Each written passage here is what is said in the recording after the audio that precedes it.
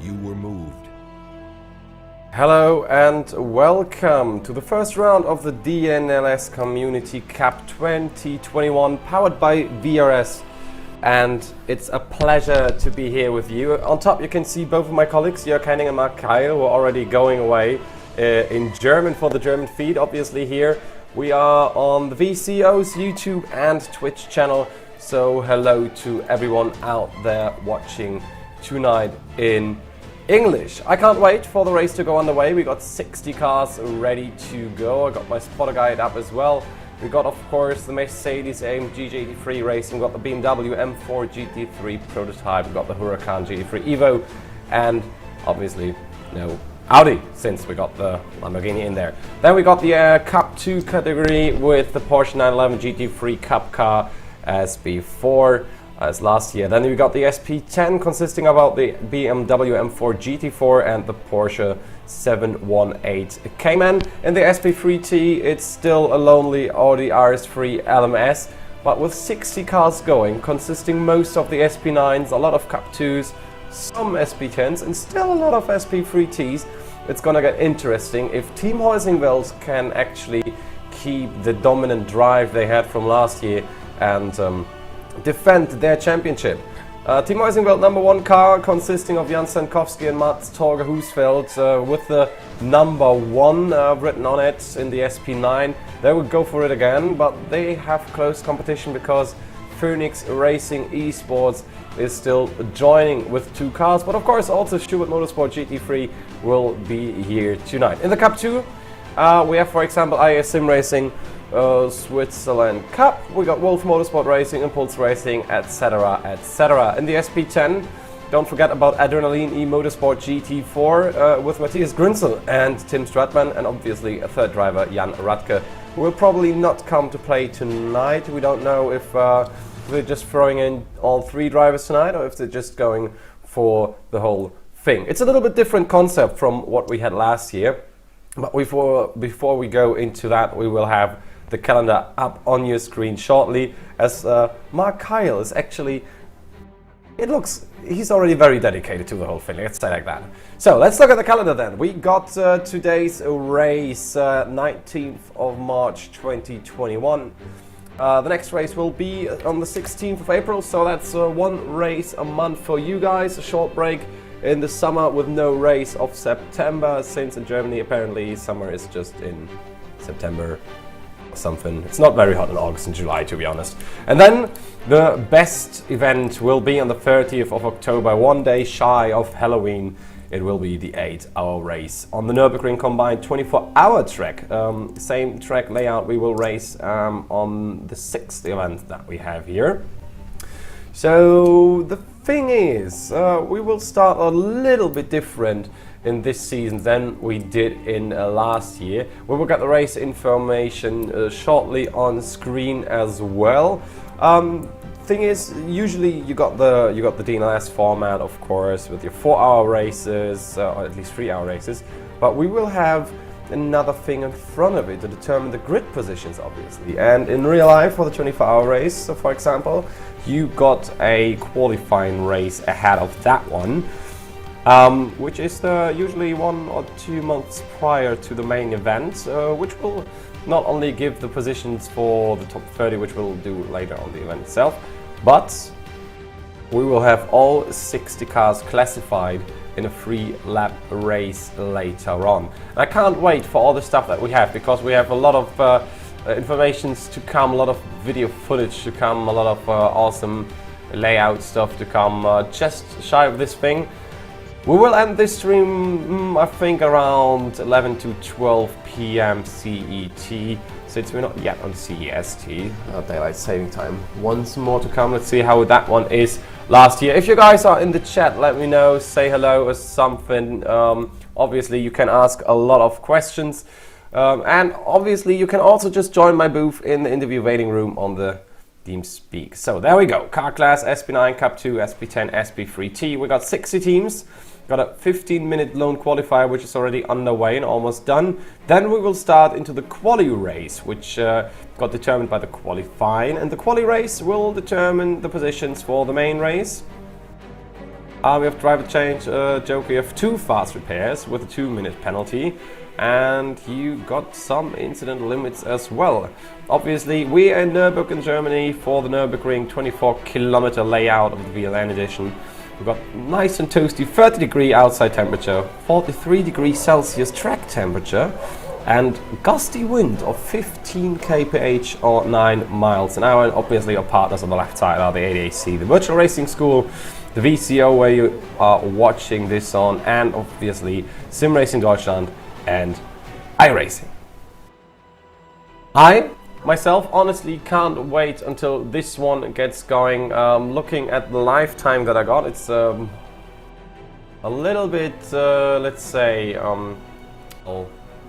not consistent. But look at here. Team Hoising Belt number 1 will start ahead of the Urano Esports Huawei and the 5-star Motorsport Blue car. The Iron Vision STS is on 4th, followed by the Phoenix Racing Esports, the DNLS 1, Adrenaline E-Motorsport number 1, T3 Esports Alpha car, and the WS Racing Esports 118 car.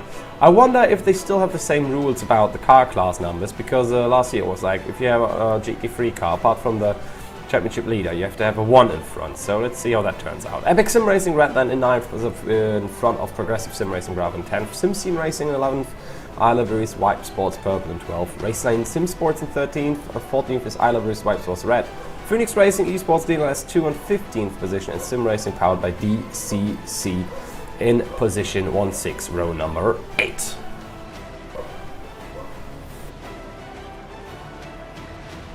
Coming out of the 8th row, we got Piranha Sim Racing just behind them, with Artal Motorsports DNLS next to them. WS Sim Racing Esports number 2 as next to German Sim Racing Purple VVLN, followed by the other Urano Esports Heineken Media car. Sim Racing Academy Black with the car number 22 on position number 22.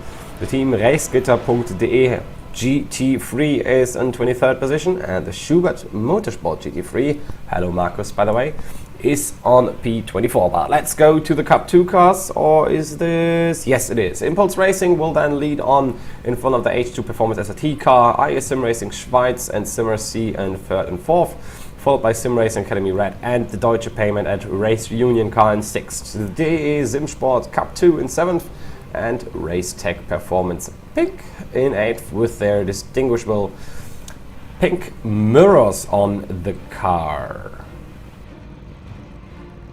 9th position then goes to WS Racing Esports 242 and Epic Sim Racing Yellow number 10. I will probably reference the WS car as the Gitti Porsche. Then the MSC Knetzgau in 11th, Prodina E-Racing in 12th, T3 Esports Beta in 13th, Wolf Motorsports Sim Racing 14th, etc, etc. Oh, we're going quick now. So, Schubert Motorsport ahead of Adrenaline E-Motorsport, Keep on Racing, Iron Vision STS in 3rd in the Porsche, Ringifiziert Sim Racing then ahead of the first BMW, second BMW in the top 10, DE Sim Sport SP10, Team Race Getter GT4 in 6th, Vibe Esports GT4 in 7th, and Sim Scene Racing GT4 in the 8th position.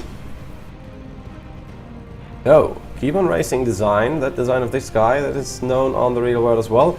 And we just skip through to the SP3Ts, whereas Team Hoisingwald 404 and T3 Esports Delta lock out the first row. Impulse Racing 422 and 5-star Motorsport Black then in the next one. Team Hoisingwald 401 and WS Racing Esports 442 are on the next row. 4th row consists of German Sim Racing Blue VVLN and GT Temple Racing. That is a name that I didn't hear for a long time. 9th position then, that's KB Motorsport in their RS3. There we go. The more spec. Look at this. How much have I missed this? It's been quite a while from the last time we've been here on the Nordschleife for some endurance racing in this format. I think the last one was in December even, but still it feels like ages, not just 3 months.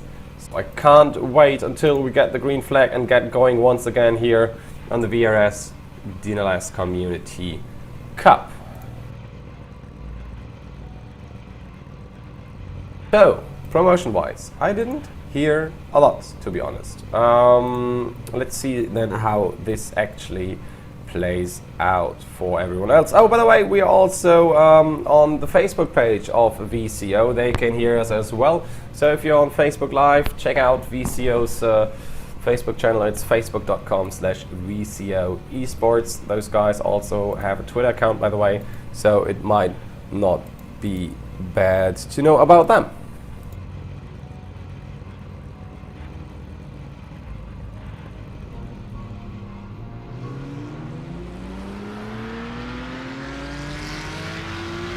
So there goes our pace car for this, not even half a lap.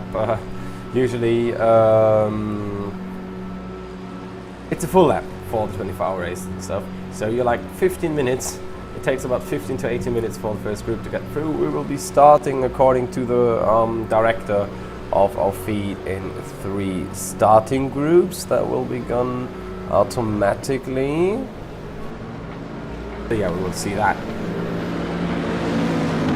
At least the Heusingfeld car is still in front, and my life timing is still not up to date, so let's hope that one is gonna get fixed. But we get ready for the 3 laps and a little bit right here. That's the same distance as actually the WTCR is always going, so I expect about a half an hour of racing action here on the Nürburgring, and in a sprint race like manner this time around, since 3 laps, not even pit stop for that one.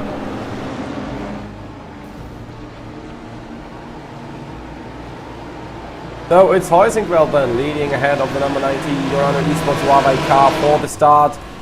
Ooh, quite aggressive already going in, trying to secure his second position because that Lamborghini is already coming up.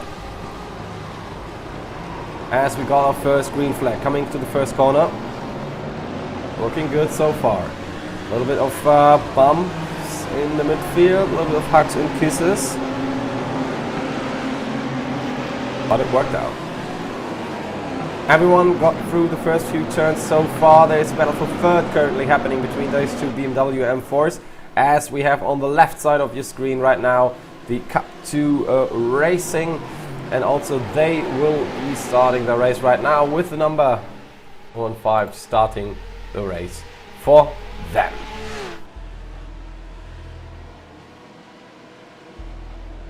There we go.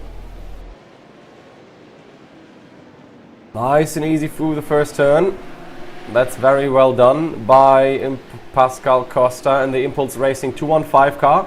And he's already having quite a gap to the second race car. And again, a fight third between Lukas Lippert and René Osterkamp in the Simmercy Cup 2. Oh, and someone spun it. It's the Gitti Porsche that started on P6. And we got the Deutsche Payment at Race Union car as well, going around in the Mercedes arena. So 2 cars smoking up the tires already in the first few turns. That's not a good sign. And there goes the next one. It's number 256, and that was Prodina E-Racing. Not a good start for those. Marvin Otterbach, by the way, in the Race Union car, will not be happy. One of the contenders in the Saturn E-Race Championship in October. One of the last on-site events that I remember, to be honest, in these daring times. So this time it's a little bit different. Usually we started all classes on their own, but this time around we will send off the SP10 and the SP3T all together. So no more car minutes for those here coming in, as the Schubert car leads ahead. Let's see then how that turns out, as we're still looking on the right side on the Porsche Cups joining the Nordschleife. And here we go. The race is also started for them. Let's see how those guys cope. Freddy Penquit ahead of Matthias Grünzel, but there you can see Maximilian Din already taking second position in the STS Keep on Racing Vision car. That's the one with all the stripes on it. But it's a little bit closer than you would expect, seeing those other 2 cars beforehand. As we can see in the background, there are the SP3Ts, the Audi RS3s, coming into their first turns as well. Not going as well for Schubert in that class though, as that is another Heusingfeld car leading up this pack. So it's Schubert in front of Keep on Racing, in front of Adrenalin E Motorsport GT4 in the BMW, together with Matthias Grünzel. Then you have Ringifiziert in there as well. But let's go back to the GT3s, where we're still fighting for some positions. You still got Team Heusingfeld, 5-Star Motorsport and Urano leading, with Keep on racing, not too far ahead, though. As we are looking on 18th position, this is quite a close fight between Urano Esports and Sim Racing Academy Black, and I think leading is, yeah, Piranha Sim Racing. There is another Vibe Sports car, but this pack here, consisting of 4 cars fighting for that position, they're very close to each other.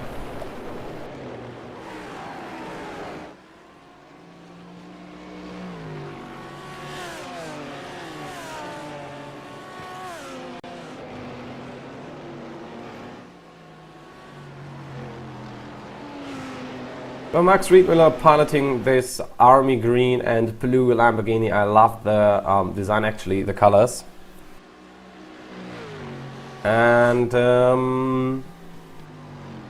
yeah, I mean, he's doing a pretty good job to defend from that BMW though.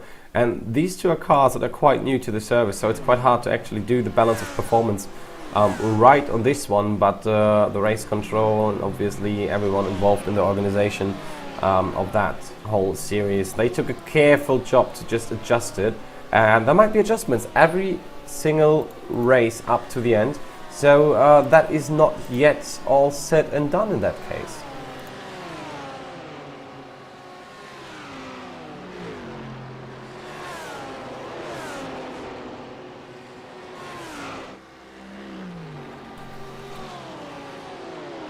So that is still the fight that I was talking about of the RN Vision STS car and the Phoenix Racing Esports DNLS one.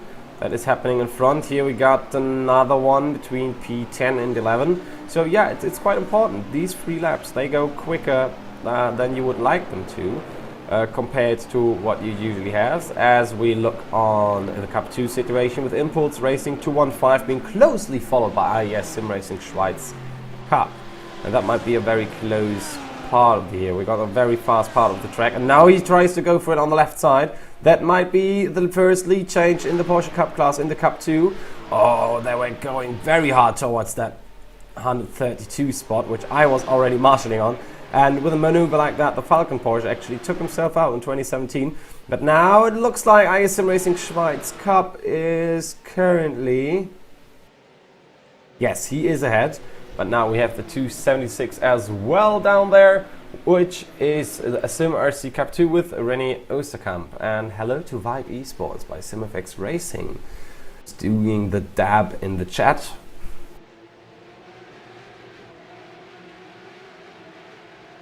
But they're still closely followed, so the whole thing is not over. Pascal Costa is not going to give in to that first position they just had.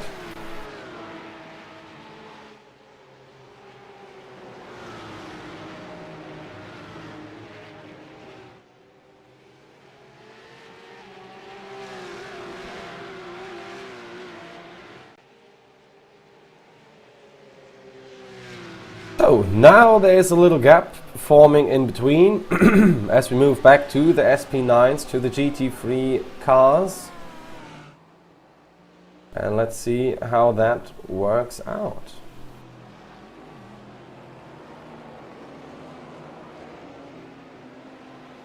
Well, currently it still does for SimScene Racing with Pascal Ehrenfeld, but obviously Robert Lukoschek wants to get past as one's 5-star motorsport blue on Urano Esports Huawei. It's one of 3 times that it will be on the Dettinger Höhe with all the draft you can possibly get and want from these white cars. There we see swerving like you would usually see in rush hour traffic down in your city on the freeway or something.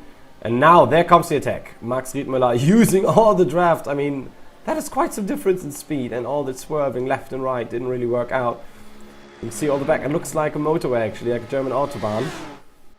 All the one driving almost 300 kph.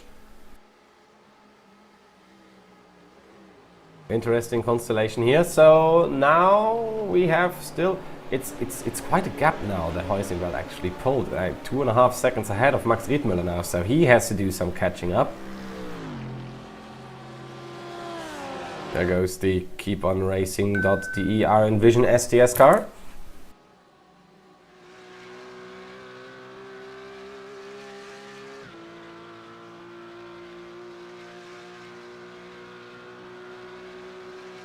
Nice review from the Porsche Cup, from the Cup 2.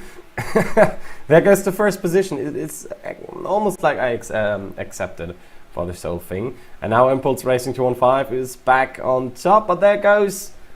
Wait, is that... Oh yeah, that is actually still the SimRC Cup. Yeah, I forgot about the Usher Racing layover. There he goes, getting up past two of them. That's gonna be a close one.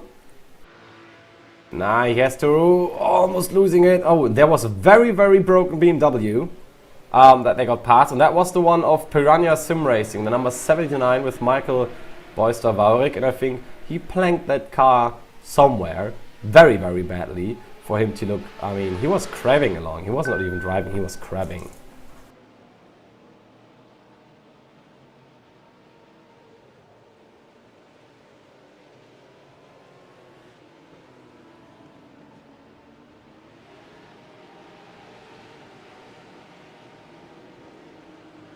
So there we got the Porsche train. Looks like a truck delivering them straight out of the factory.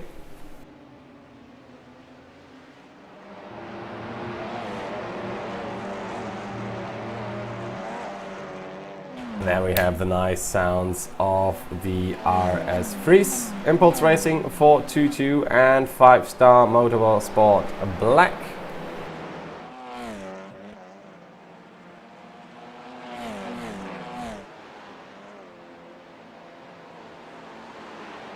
Blowing past our cameras.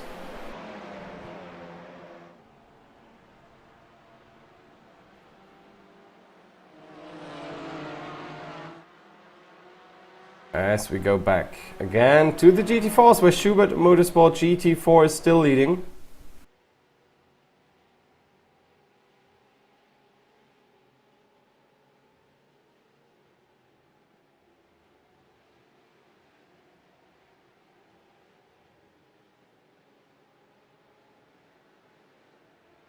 Question is how long, because now the Keep On Racing Iron Vision STS car is going ahead, as it looks like, or at least it tries to, and there it goes.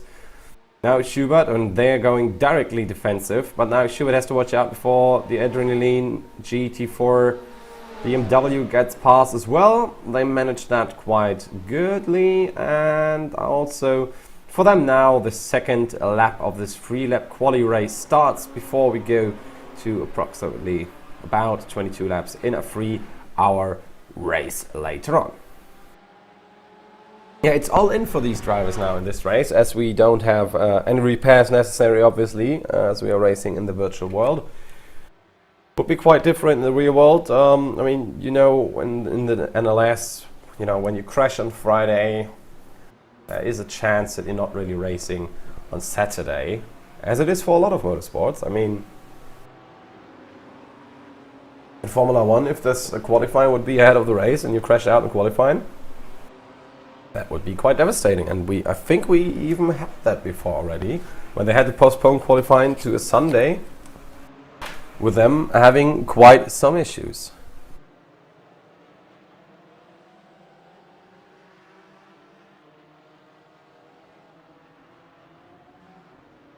Nice top view on these on these GT4 cars. On the SP10. Looking quite good now. Coming around the corner. Easy peasy.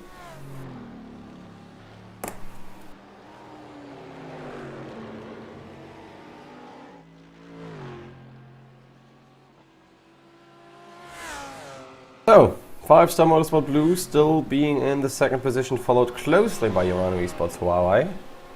And with Team Hoisting World nowhere to be seen, 3.5 seconds now the gap after 2.5 laps already. You see them.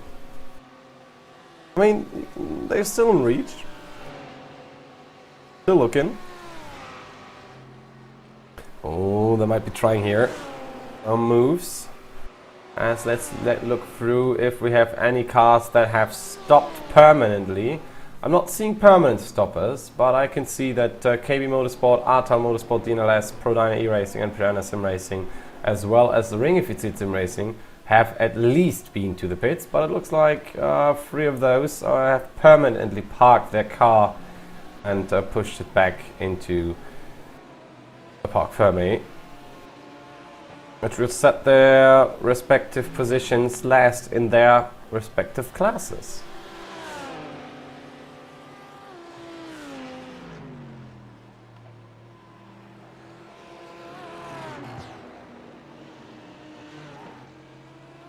Nice and easy, still all together.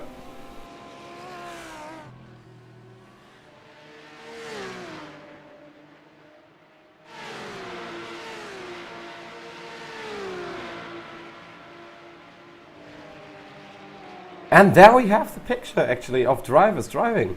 That's a very cool thing to have. Yeah, that's the first one in the DNLS Community Cup as well, that we got actually pictures of Tim Barnes in that case. I mean, he is very, very focused, I gotta say, in the 210 car, but he still looks so relaxed. I mean, that is actually quite interesting to see, that he's still relaxed. I mean, I would look a little bit more stressed probably in this situation, but there you see them. Probably triple screen setup, as we've seen some tire smoke, as there was a Porsche going quite wide, wider than he wanted to, into that corner leading up to the Caracciola carousel. But it looks like...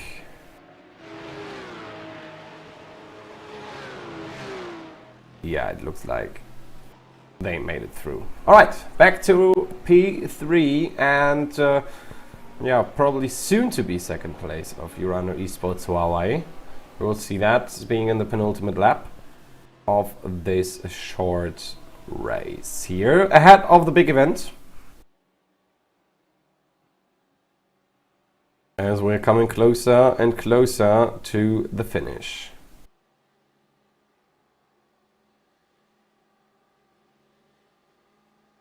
Yeah, again, we got the swerving, we got the line changing. Don't give him too much hope, or at least too much draft. But in the end, it's a 3 kilometer strip of tarmac and it doesn't help. And yeah, your opponent is probably going to get through. So play the tactical, play the long game. At least as long as you can play it actually in the sprint race on the Nordschleife. You have one more Döttinger Höhe. So 5-star Motorsport Blue can still get second position for the next race, for the long one. Just staying close to the BMW, to the number 9T car. Because you only get the Döttinger Höhe one more time. And we are indeed in the final lap now, as we've seen the Mercedes of Jan Sendkowski pass this situation here. And he's staying close in the number 55. He's not giving up to the car ahead, to André Melchias, who is also a very known driver.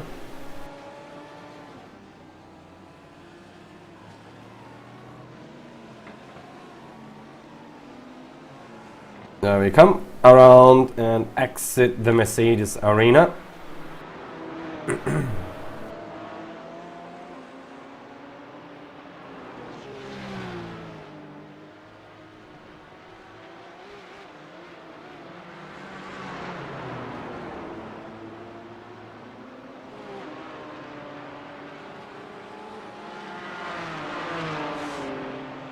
There we go. Back to yeah, Schubert Motorsport, who had to give up his nice and second position, first position, to the Keep On Racing car, which is kind of unfortunate in this case.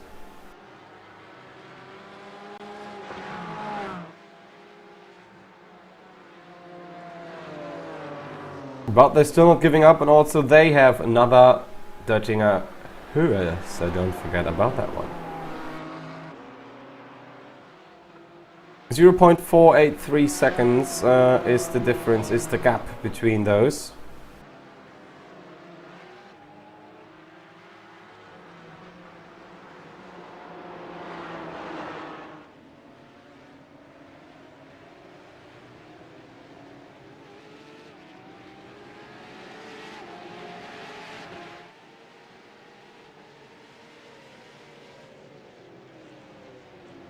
And there's the fight for P2 against Sim Racing Academy Red and H2 Performance SRT.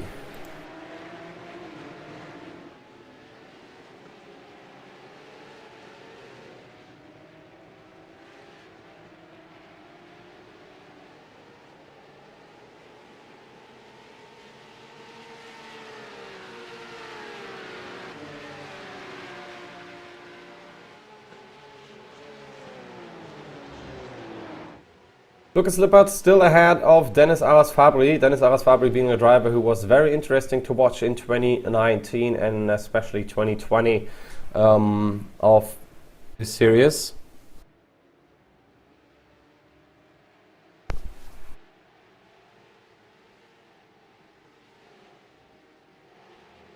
As we go back to René Osterkamp and Pascal Costa.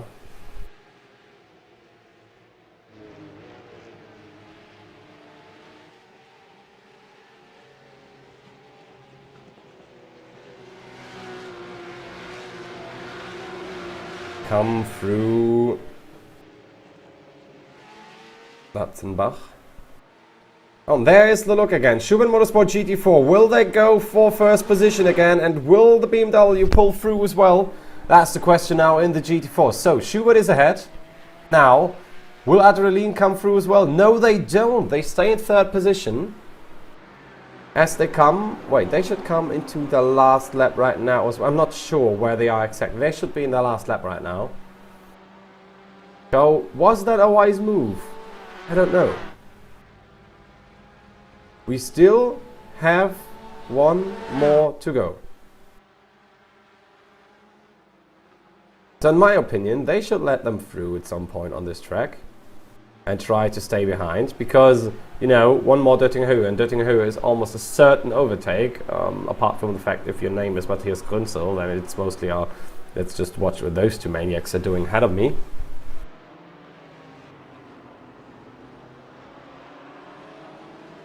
Not sure though.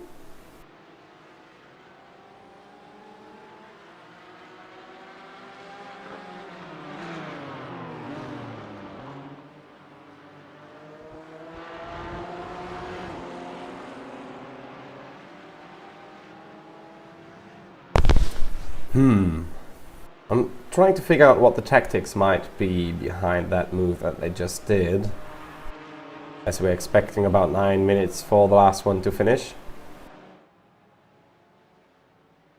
But maybe we will have quite a good position for the next race for them. Let me see what the race control is pulling through. We got some stuff happening in the quali race.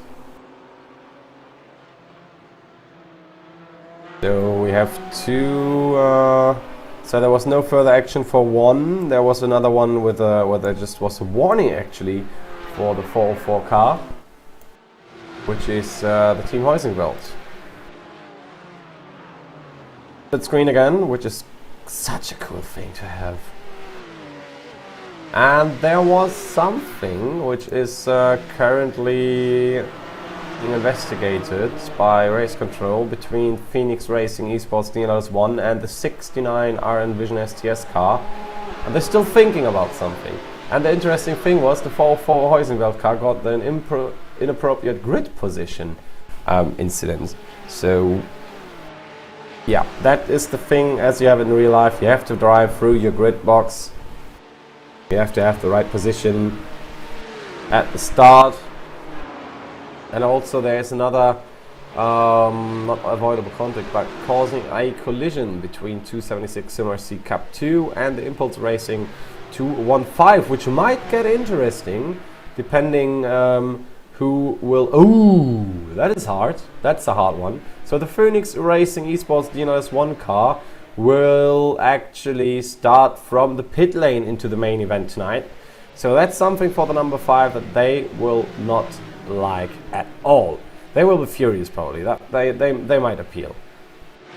They actually might appeal that one. But as we look back into the third position, Sim Racing Academy Rack still under attack from SimRC Cup 2. But that might be over quite quickly, depending on how it now goes with the next thing. And they get 3 penalty points as well. Ouch. That hurts. That's going to be some interesting discussions later in the paddock. The virtual one, anyway.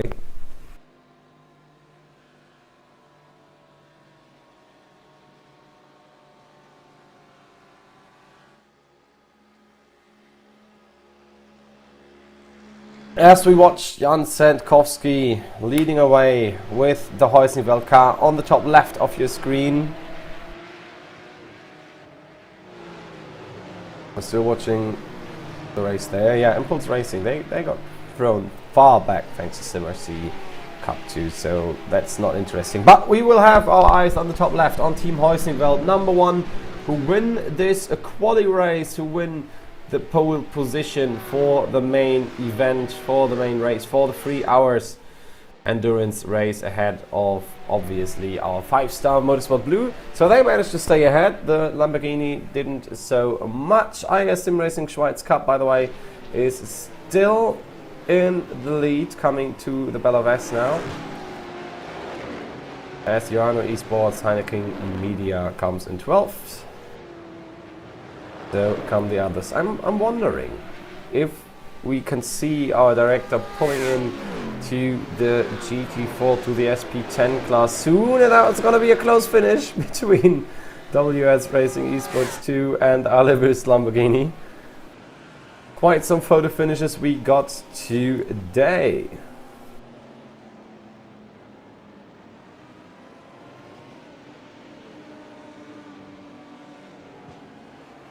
That was a very interesting one, I gotta say. Schubert only coming in as 22nd in the SP9 category.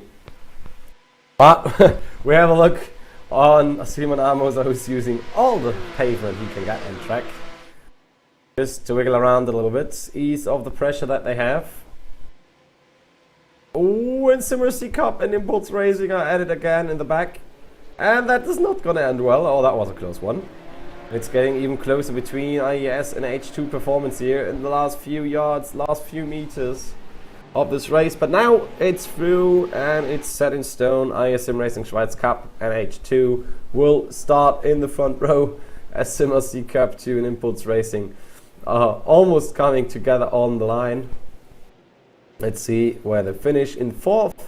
Yeah, but you can see Impulse Racing, they're quite angry about what happened. Pascal Costa is like, he is just escaping out of the car right now very quickly. And Marvin Otterbach saves the car actually on 7th position. Very well done for him. No further action, by the way, on the SimRC Cup situation. See if they have more. No more things to happen. So that was it then. Let's see GT4s. There we have it. Schubert still in front. We are just exiting the Brünnchen area. We are just coming in. Oh, and there is quite a gap between those. René Penquit having driven such a nice space between them. It's almost real estate right now. So let's see if Maximilian Dehn can change anything. Oh, he will get swallowed up by that BMW behind him from Adrenaline E Motorsport. Because that could change up, that could mix up quite a few things in the main race.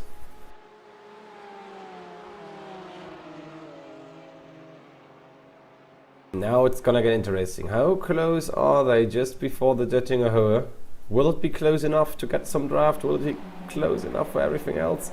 Let's see how is it going with Impulse Racing 422 in the SP3T.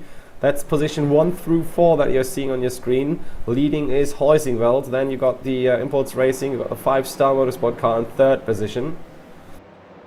So that would be your first 2 rows on the SP3Ts. But let's watch our top left now.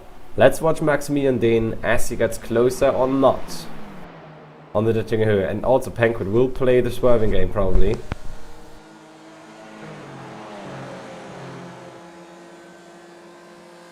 Looking from the front of the BMW, there's quite some draft, but it might not be close enough for any of them. Seems like the Porsches are not pulling away, but at least fast enough to not change a thing. We see a BMW is 2 to 3 kph faster, but it's not going to be enough. And there's the overtake, or at least the try. René Penquit still holding on to it, but he might give that one up in sake of the position. And that's what I think he did. And he will start on the left side of the track, if I recall correctly. So that will mean there might be an interesting positioning. But they're still defending from Adrenaline. But so Schubert comes second over the line, very closely followed by Adrenaline eMotorsport. Simscene Racing GT4 will come in fourth, but we will see that in a second as well. So let's have a look then. It's still only the SP3T to come in, and it's still the fight between the top four cars, and that might be a close one for Tim Stebani, being followed by Jason Cooper. Oh, but Impulse Racing is going for it now against Fabian Siegmann. It's a close one, but they're probably not gonna pull through. Oh, what are they?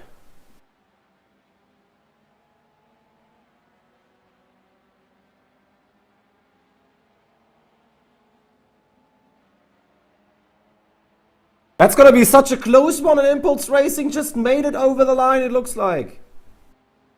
Wow, what a photo finish. Yep, Impulse Racing.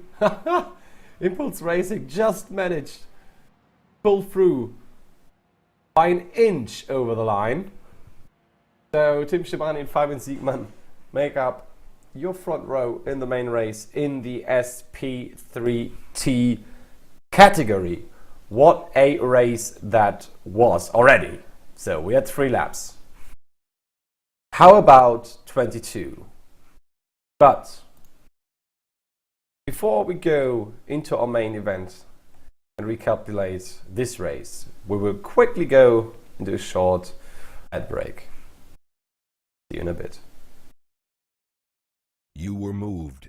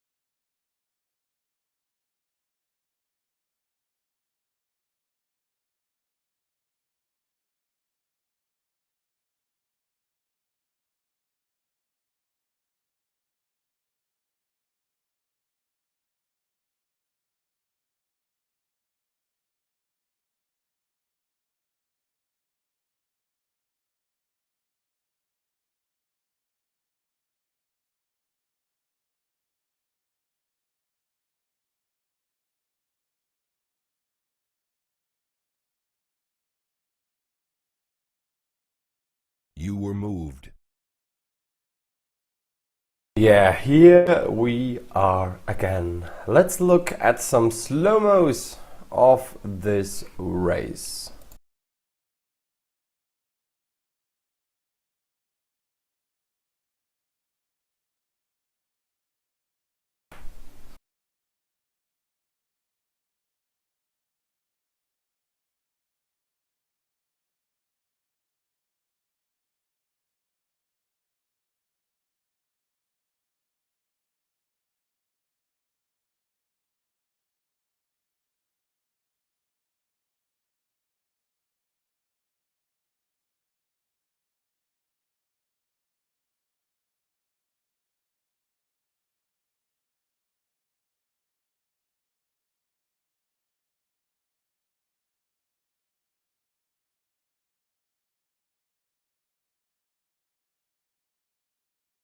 Well, that's a very long slow-mo though.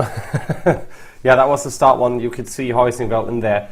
We actually took a gap of about 3.5 to 4 seconds just beforehand. So that was a quite interesting one. I mean, I kind of expected it, seeing that they were champions from last year, and they obviously got one of the main drivers in the car from the beginning. But here is the starting grid then. Team Heusingveld number 1 ahead of the Urano Sports UAV car and the 5-star Motorsport blue car, followed by Phoenix Racing Esports DNLS 1, who will start from the pit lane as far as I'm aware. Adrenaline E Motorsport number 1 on 5th position, T3 Esports Alpha on 6th, WS Racing Esports on 7th, Sim Racing on 8th position. So the gridding spot for Phoenix Racing Esports DNLS 1 will be empty for the start of this race, and that could mix things up in the front rows. Epic Sim Racing Red then in the Lamborghini ahead of the BMW of Progressive Sim Racing Bravo in row 5. Row 6 then consists of Raceline Sim Sports 11 and Urano Esports Heineken Media Sim Racing powered by DCC in 13th position, followed by Vibe Sports Red in the Mercedes. Sim Racing Academy Black on 15th position, then the Phoenix Racing Esport DNLS 2 car on position 16. The GT BMW on 17th position, I Liveries Vibe Sports Purple on 18th, Team RaceGitter.de on 19th, followed by Iron Vision STS, German Sim Racing Purple, Schubert Motorsport GT3, Piranha Sim Racing and Artal Motorsport DNLS in the SP9 class. So, was I fast enough this time around? Yes, I was. We apparently will have multiple cars starting from the lane, who knows. SP2, Cup 2 then, IS Sim Racing Schweiz Cup in first, H2 Performance ST 222 in second position, Sim Racing Academy Red in third, Simmer C Cup 2 in fourth, Imports Racing 215, a little bit beaten by the Simmer C Cup 2 car, so that's going to be interesting. In fifth, DE Sim Sport Cup 2 in sixth, the Deutsche Payment at Race Union, despite their spin in the first lap on seventh position, then the WS Racing Esports 242 in eighth.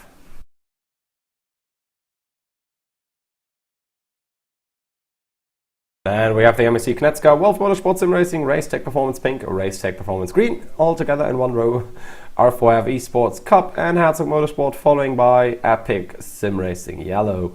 And T3 Esports Beta car, currently out of the alpha version into the beta. Let's see when the full release version will come. That would be actually quite nice to have a T3 Esports release car. And on 17th, the Prodina E Racing car that had to stop it in the previous race. Keep on Racing on first, followed by Schubert Motorsport, Adrenaline, SimScene Racing, RaceGitter.de, SimSport SP10, JMS Racing, EPS Wrenchboard, Esports in 8th position. As we kind of jump through the grid a little bit, then in 9th and 10 we have Ringifiziert and Vibe Esports GT4. Let's go to the SP3T. Heusingveld, Impulse Racing, Heusingveld again, 5-star Motorsport Black, T3 Esports Delta, the GT Audi, the German Sim Racing Blue VB Land, and the GT Temple Racing in 8th. And on a lonely 9th position we have the KB Motorsport car.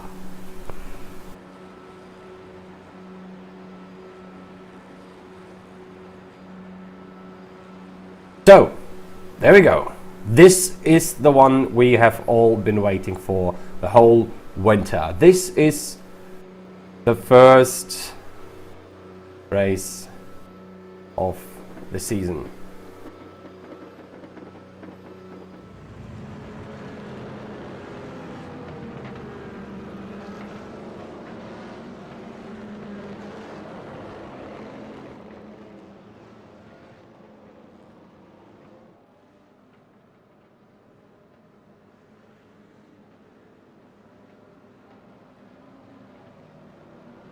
So, as we are approaching the starting positions, let's see if everyone actually keeps it through the grid. I'm also curious to see where is the Phoenix racing car. It should be in the pit lane.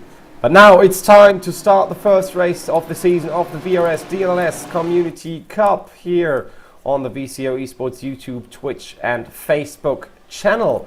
As we go very wide indeed as soon as the green flag comes, and there's the Lamborghini of Phoenix Racing Esports. They had to wait all the time now before they can go. 22 laps estimated, 2 to go, and we got a first victim, and it is the STS car, and that is not a good sign. Oh, that hurts very, very much for them now. As we got another battle going on, BMW taking it to the outside now, being on the better position. A lot of room now to go through here. A lot of touches, usually that position of the race. Coming through here, GT3 is being very wide, not having a lot of space. 2x2 is like the maximum you can go. And they're using that space that they have, being followed by the number 7 car, which is the sim racing power of the DCC Lamborghini. But you can see behind them, Raceline Sim Sports also trying to get for a fight. And it looks like the race, just like before, Sendkowski, Riedmüller and Melcher selling it in the top 3 positions, just closely being followed by the Besuchskomitee, as we say in German, by Fabio Besuch in the Adrenalin E-Motorsport black, white and red BMW with the number 20 on it. So this you are watching now is the Urano Esports Huawei car with the number 90. Try to describe the cars a little bit more, what you can see on screen, since you don't have the same information as I up.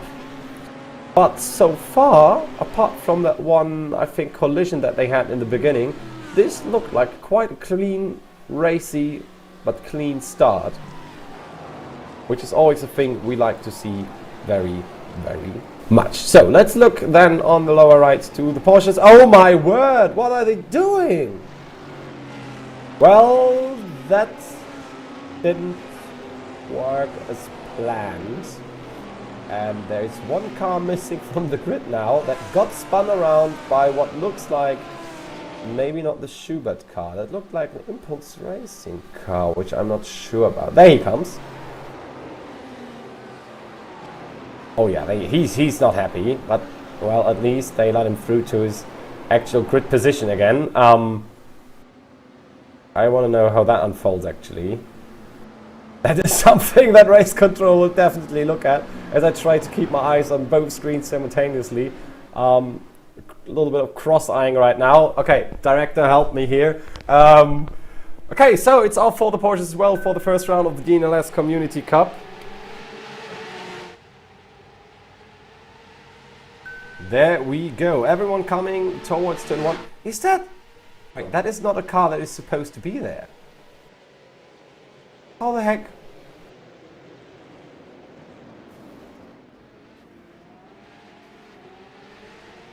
Oh my word, and they're going at it again.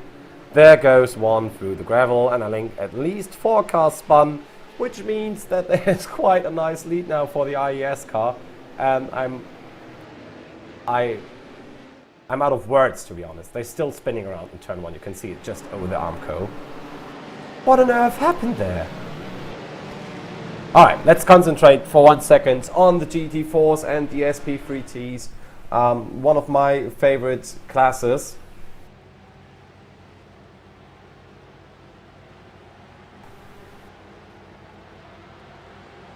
That looked like a lot cleaner. At least the gridding did. Yeah, again we see the Porsche. Oh, coming on the outside, very late on the brakes, all of them. Apart from the Keep On Racing car. Yo, and it looks like Danny Penquit just got its first position back. Yep, there he goes. Nicely executed. But this time around we don't only drive 3 laps, but 22, so there are quite a few more chances on the Dettinger to get some overtakes done, and there are a lot more chances to do several mistakes. And you can see they're using the brakes a lot around these turns, not only once, but also through the turns themselves. It's called trail braking. Ooh, someone going very wide on the back. But so far the first three are Schubert, Keep on Racing, Iron Vision, and Adrenaline E Motorsport GT4 as we head back to the WS Sim Racing Esports GT3 car, being very closely on the rear of Pascal Ehlenfeld, again at a position where you don't want to be that close, coming up to the Mutkurve, the corner of courage, as they say in German, and you wonder why. See the profile of it.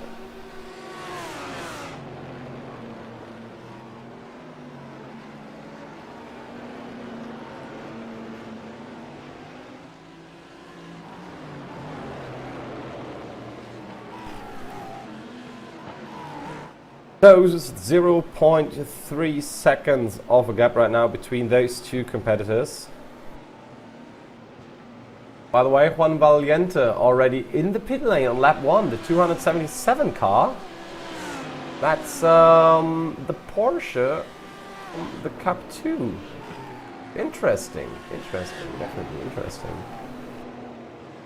I don't know why though, but also Andreas Gilman and Philipp Ritter from EPS, they are in, like, right now already.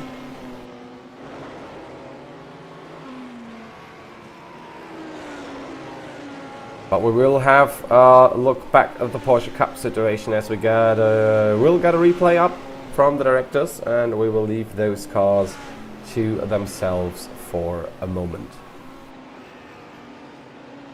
They do actually look quite beaten already in the first lap. That's never a good sign. But there goes the replay. Let's watch again what happened here in the Porsche section. Oh, number 292 and the 222 came very much too close together, both off the track. Coming back onto the track in this position is not a good thing. Let's look if he can save it. No, he can't. But at least the drivers behind were just scared to pieces and not smashed to pieces by that car coming back. But this is a very common thing to happen. If you get on the inside grass after the Schwedenkreuz, there's a high chance of actually flying into several cars. It happened already to the 235i Cup, I think, on a former VLN race a few years back, with one participant involved being a Zorg Rennsport car. Hashtag kleines Team. There we go then. WS Racing Esports still on the back of SimScene Racing as we come to the Döttinger for the first time in the GT3 category. Our SP9's blasting it away on track.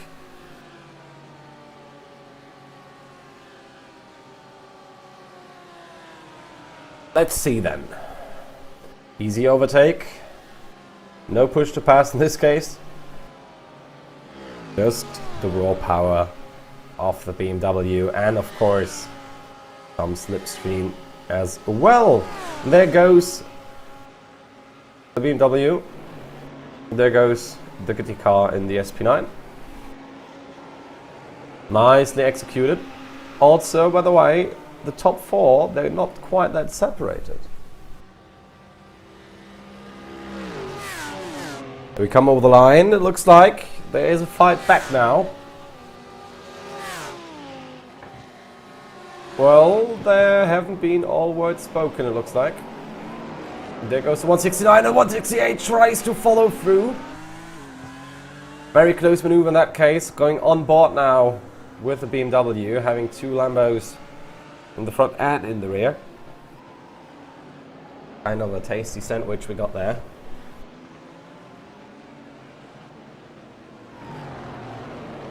And SimScene Racing did a very nice maneuver here to get their position back. But it looks like Urano is under pressure. Urano is definitely under pressure. Apex Sim Racing Red is under pressure, let's say it like this. They're in the 168 and Urano is in the BMW. As we are looking on the leader group now. Impulse Racing 215 back in front.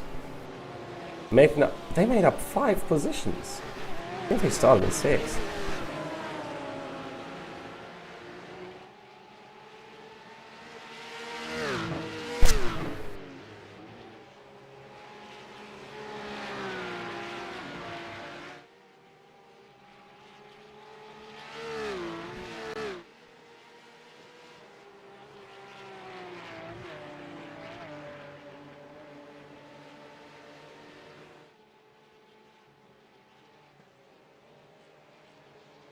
1 second is the gap between them, so that might be a little bit too close, not close enough actually, to get the draft. We don't have DRS though, but the second gap does kind of relate here as well for overtaking possibilities.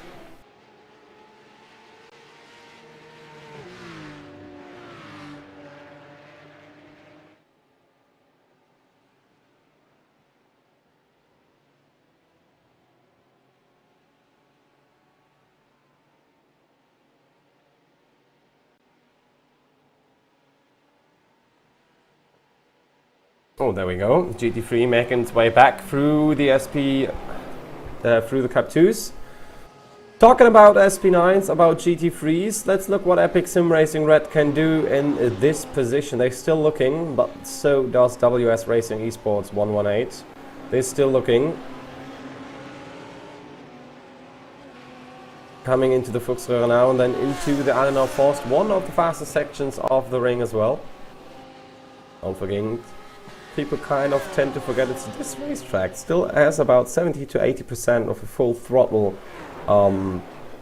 percentage, so still mostly just accelerating flat out.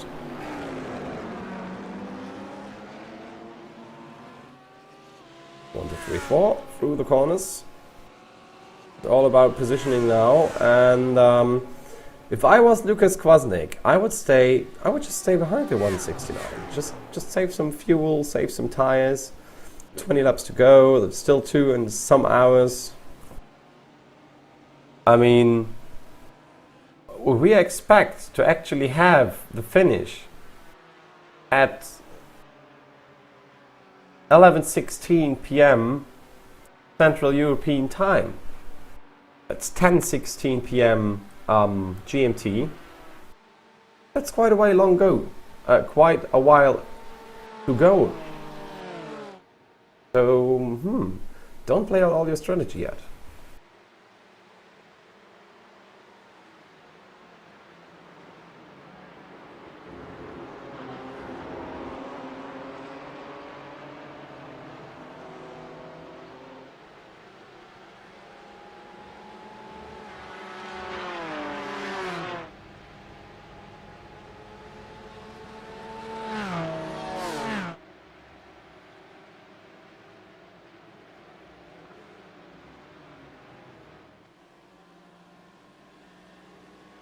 It's getting close now in the SP9 for the second position.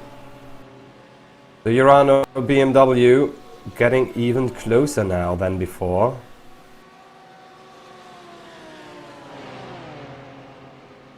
Oh, that's a very close fight here. Doesn't work out though. That is the question.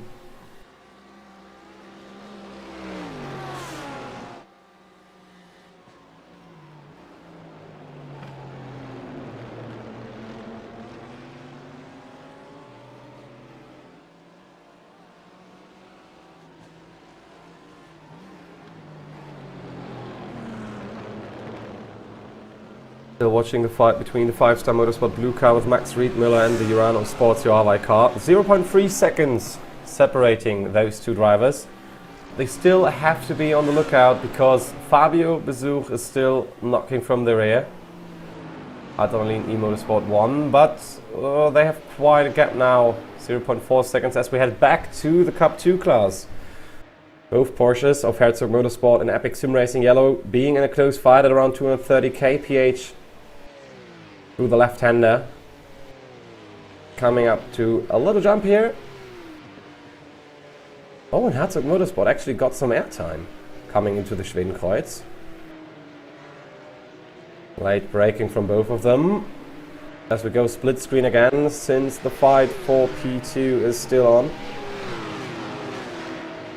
But it still looks like the Lamborghini of 5-star Motorsport can still hold that position, and it looks like as well that Jan Stankowski can't really get away that much, or they just lowered the pace due to strategical reasons. Just thought something in the rear happened there. So it's close in the Cup 2 class, it's close in the SP9 with the GT3s. Well, they're still not sure if they want to play the long game or if they want to overtake straight away and get the thing done. Try to get away from your opponent. I mean, you still got that 3 kilometer straight called the Döttinger Höhe coming up for those, so that would be an easy spot to overtake with all the draft you could get.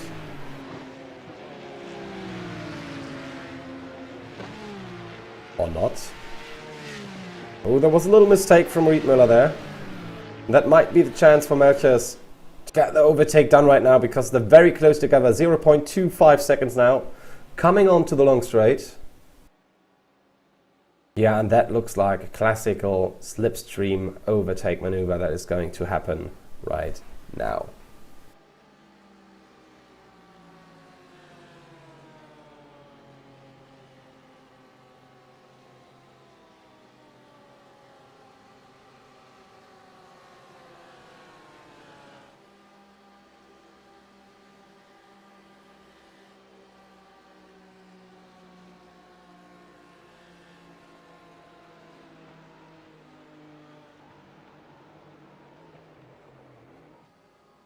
Well, that was quite an easy task for both of the BMWs, as expected. So let's see if Adrenaline can close the whole thing up here and now go for second place as well.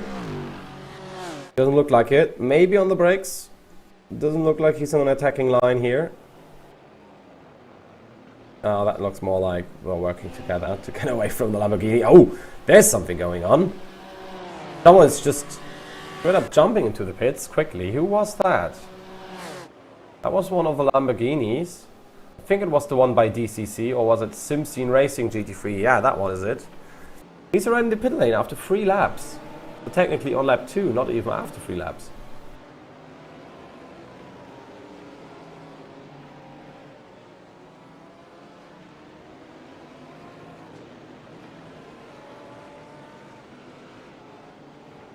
Let's look then quickly for P18.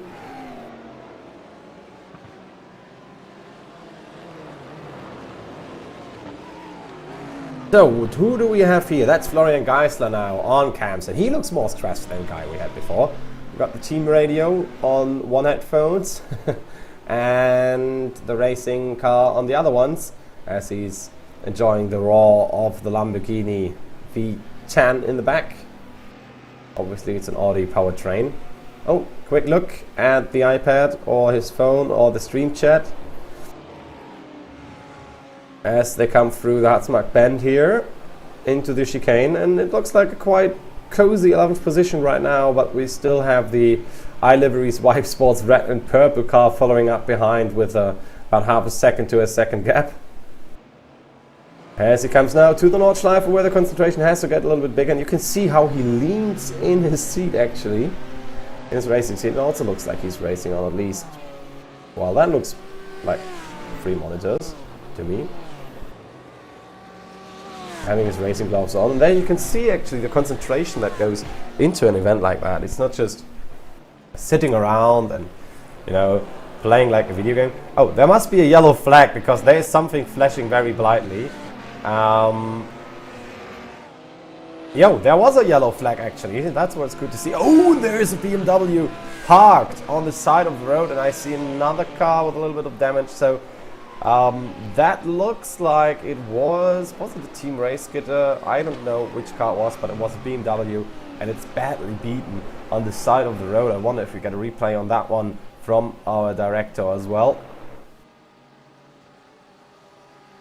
because that didn't look particularly nice, I gotta admit.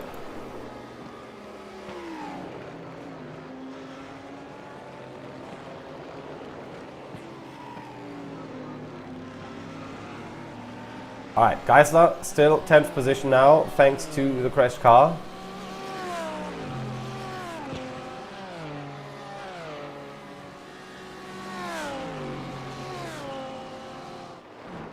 Still being followed, and it was the 118 car, it was Lukas Kwasnik from the WS Racing Esports BMW, where I think we're gonna get a replay in a second. There we go. So what happened there? He was driving all on his own through the Hudson Bath. That was still looking quite comfortably. Yeah, it does.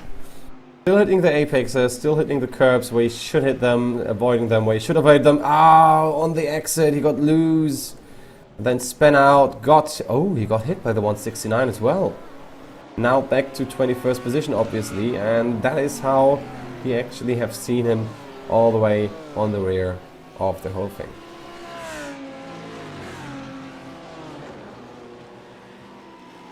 Interesting, I gotta admit.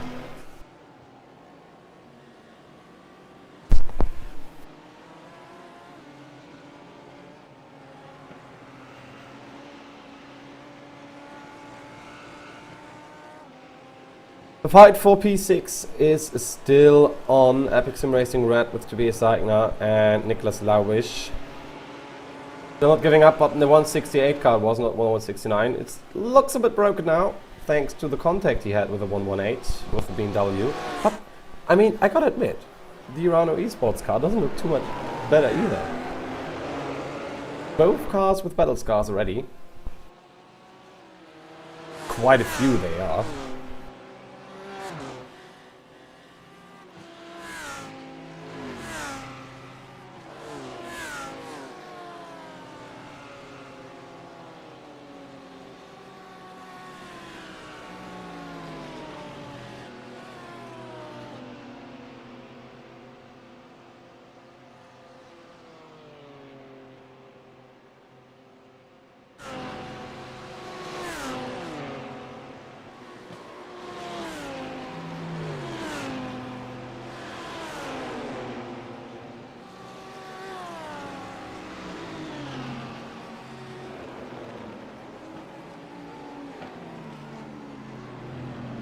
Let's look at this team internal battle between iLivery's Wipe Spots Red and Purple.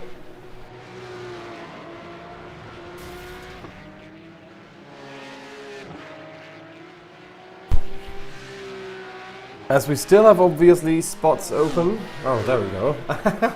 Merlin Mark Wolf with his hat giving 100% with Bobby Carr in the rear. It's Merlin the Hat Wolf.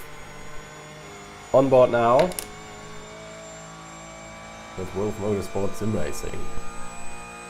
I love all the details in the back. They're quite cute, gotta admit.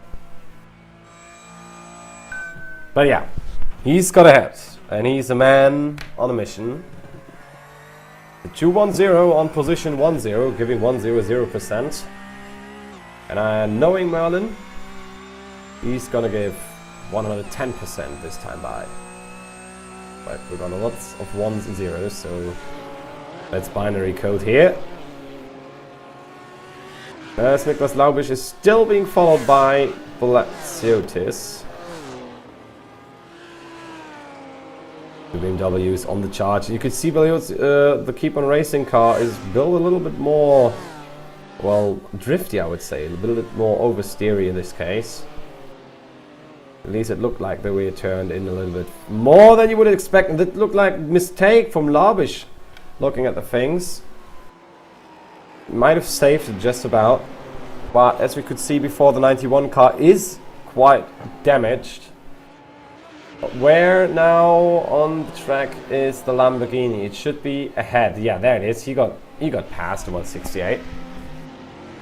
Got past and is away. As we know though, a lot of things can happen in a race with this length on this track especially. We had everything from broken virtual suspensions, as now comes the overtake, which was bound to happen. On board. As we get the swerving again. I mean, I don't see that too much in real life though. Yeah, quite a few sometimes, but not too much. Nobody confirmed if it really worked, but might be a psychological effect or something.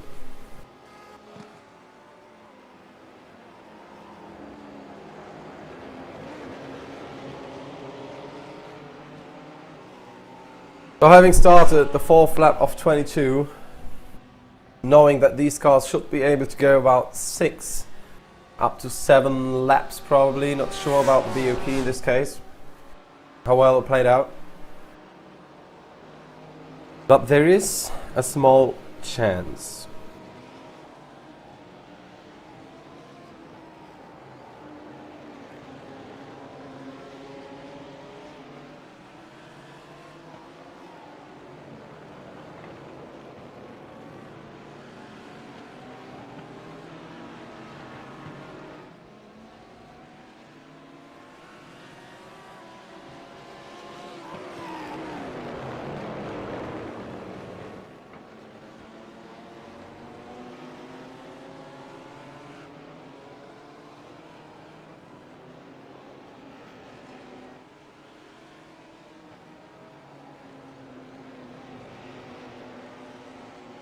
Sim Racing Academy Black, they're in 8th position right now,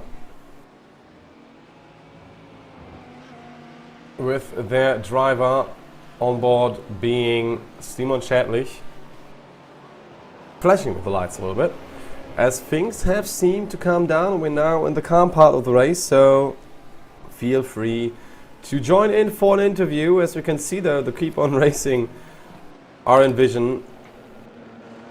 BMW pushing on. Epic Sim Racing Red and Tobias Seigner. And we have a lead change. The Urano Sports Huawei car got past Team Heusingwald number 1 with Jan Senkowski, and now we got a replay of how that happened. And this was a situation not on the Dettinger Höhe, but as it looks like into the first corner.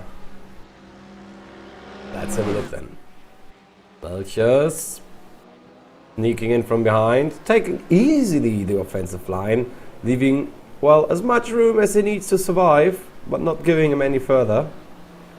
And therefore taking first position right now. And it looks like Team Heusingwald, after a season of dominance, has it be either to work on themselves or at least against the competition a little bit harder.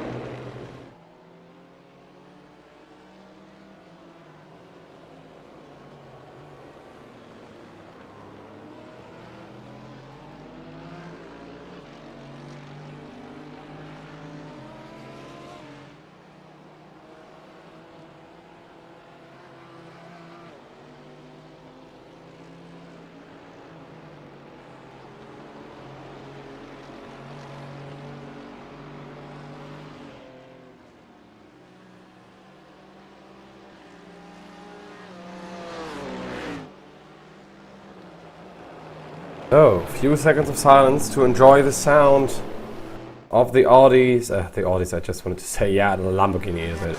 But of the BMWs and the Mercedes on the mighty Nordschleife here for the first round of the VRS DNLS Community Cup, powered by VCO, the ADAC, Sim Racing Deutschland, and obviously VRS. You're still watching on the VCO Facebook, on YouTube and on Twitch. We follow along the teammates both in the German and in the Italian car, which is in fact a German car as well. Quite a few German cars in this race, I gotta say. We got only German cars, and now there might be... that might be team decision to let Lambo get past. Yeah. Let Michael pass for championship. That was, but that might have hurt the sister car here now. That might have hurt Mario Brun. He's getting taken now by the Lamborghini. So that was not the best of ideas in the best of positions to do, because he lost so much speed up the hill. He's almost getting catched by the second person as well, as we go back to the lead of the Cup 2 class.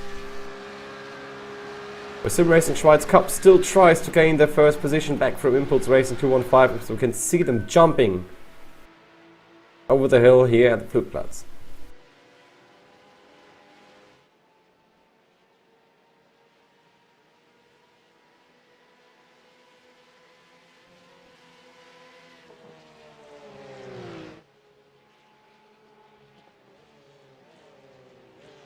Let's watch along for a few moments.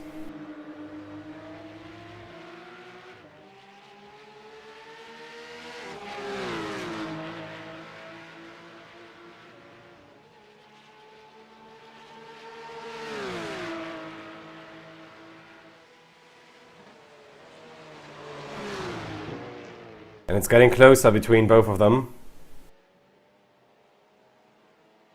Still not close enough for the Swiss to overtake. But Marcel Heyman has overtaken Merlin Markwall for P10 in his class. So there goes Heyman.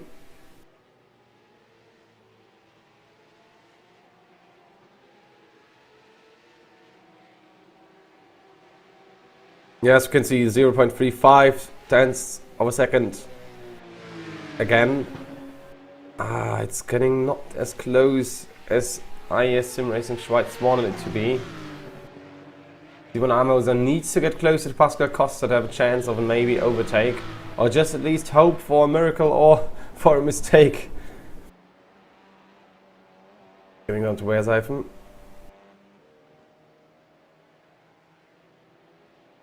Then waving left and right to Adenau. This city with a supermarket that has opened all night long during the 24-hour race, which is a blessing.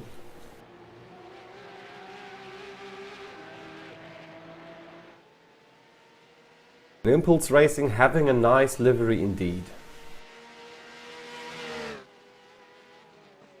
So let's see the gap. Yeah, 0.5. So quite a few nice corners by Impulse Racing by Pascal Costa. It's still not done yet. But let's have a look at our SP10s. René Penquit still leading ahead of Matthias Grünzel, and that might be is one of the best races for Schubert Motorsport in the last few years, actually, of the DNLS Community Cup. 2021 might be a new chapter for the team around Markus Broch.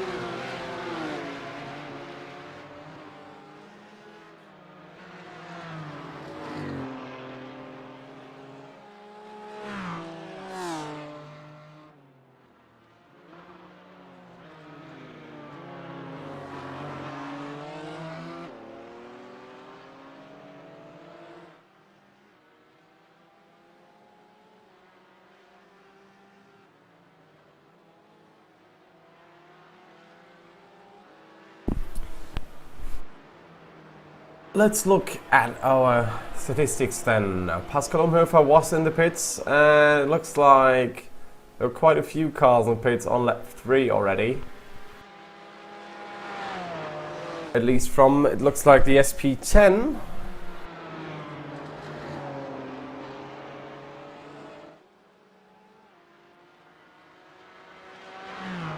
We still got an SP9 actually back in the field of the SP of the Cup 2s. That's Racing and Esports trying to fight their way back. 10 minutes and a half last lap round, so that's not going too well for them. Oh, they've been in the pits though, okay. Team Racegitter trying to get away from one of the Swiss guys that he's just overtaken in the last lap. Trying to get the next Swiss one. Gain one more position on track.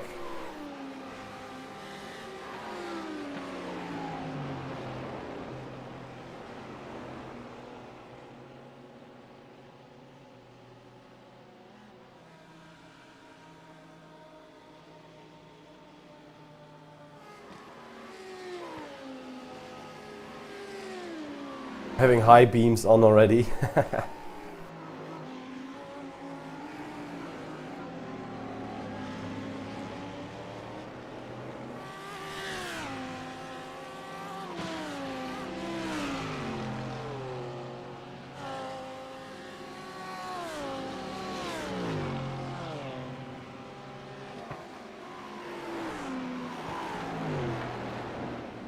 Going fully at it.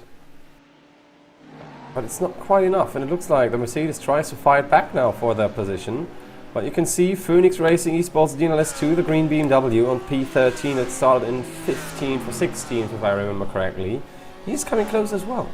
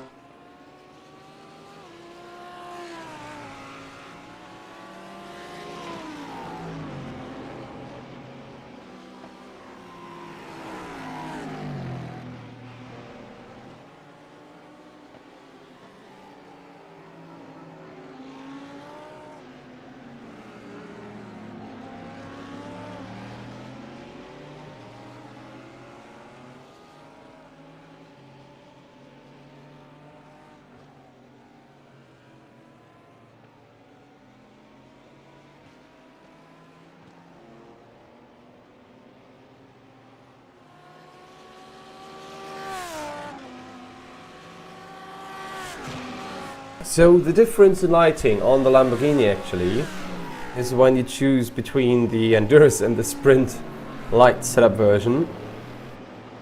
And well, that's why they got the full beam front, because it's the Endurance version of the car, and when they don't, it's the standard version.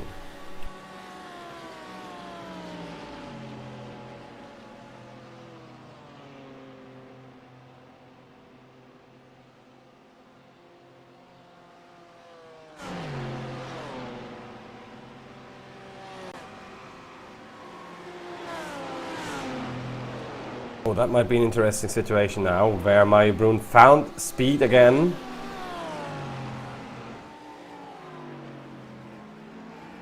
Two similar but different kind of engine placement concepts, with Lamborghini being a rear mid-engine car and Mercedes being a front mid-engine car. Both with rear-wheel drive, the Lamborghini in the civil spec, let's call it. Actually also being offered with all-wheel drive. He got away now though. Also a little bit or larger mistake by Mario Brun. So von Grabowski can actually now have a little bit of a breather.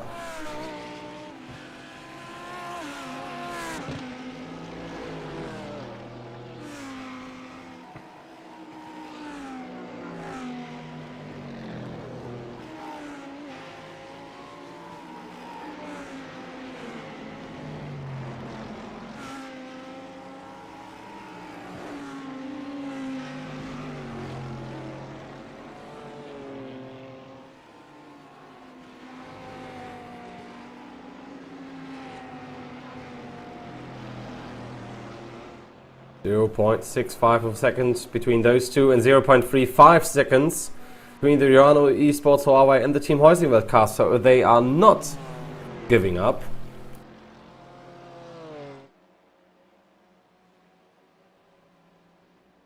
Oh, there might be the chance now. I thought they get a little bit more of the draft from that LMS car there, from the SP3T. Oh, that's going to be a close one. Almost contact between the leading two drivers, which is something that you don't want to have. In that moment, they're getting close. They're trying to get the side draft as much as possible, not give the opponent the room he wanted to have to breathe, but that can go very badly indeed. There was a little contact between those two, and that might have been the moment where it decided that the Mercedes is not going through, since he, well, lifted off the throttle. But that could also be just mind games. And, of course, a little bit of fuel saving. So let's go back to P8 and 9 then. W's fighting for position number 8. The Keep on Racing 69 car in front.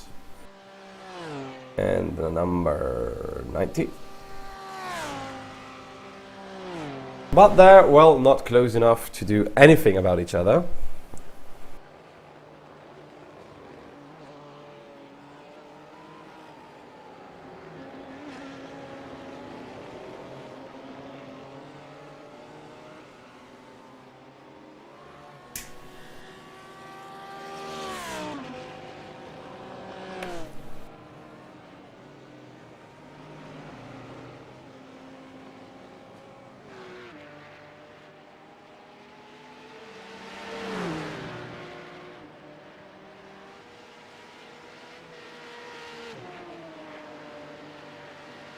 There we have it, Sim Racing Academy Red, Dennis Aras Fabri. E3 Esports Beta again.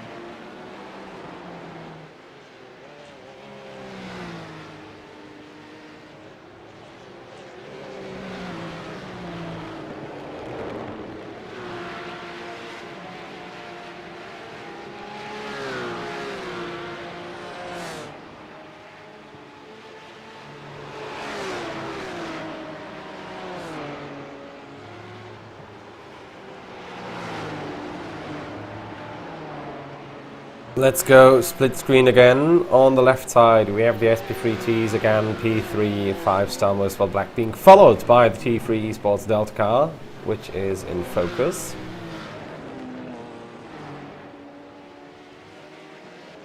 Very much going cross-eyed out of this event once that is done.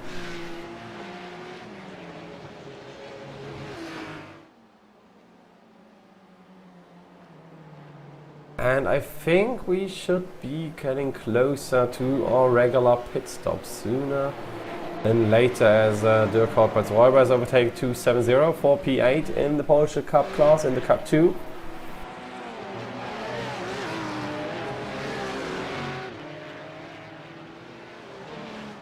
And the track temperature is really rising. On some parts of the track we got 48.3 degrees Celsius.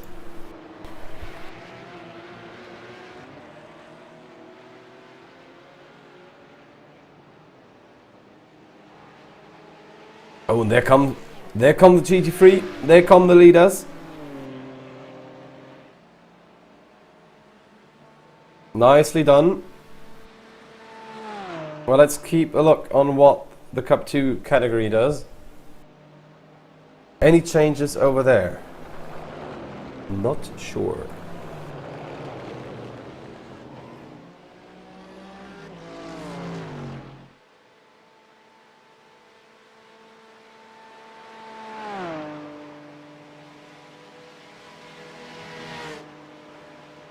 Let's see, not close enough, but there is Raceline Sim Sports that's actually trying to get through again.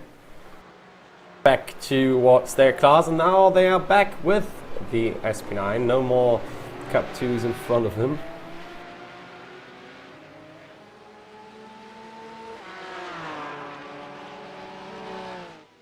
Very nicely executed, but maybe compromised. Let's see if 3 Esports beta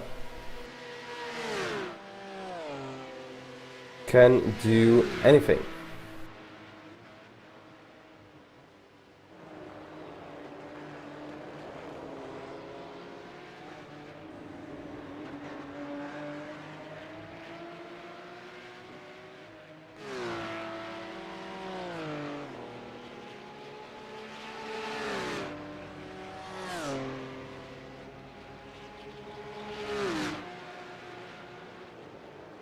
Close indeed, as we are approaching our regular pit stop scheme soon.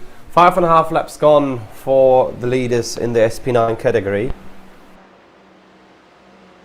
Or 5.6 rather. There we go. Any changes now from Jan Stankowski? Any trying to attack?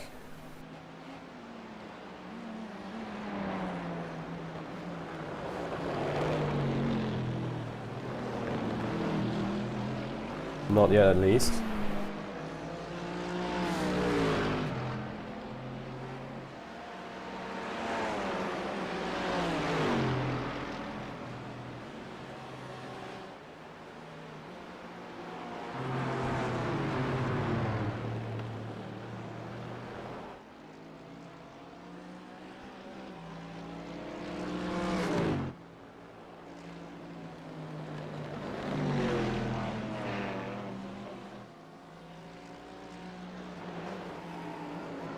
But as we could see, no attacks whatsoever in that case. So, our liveries. Oh, they're getting closer to an Audi RS3. Gonna be an interesting situation if he's gonna make space or not.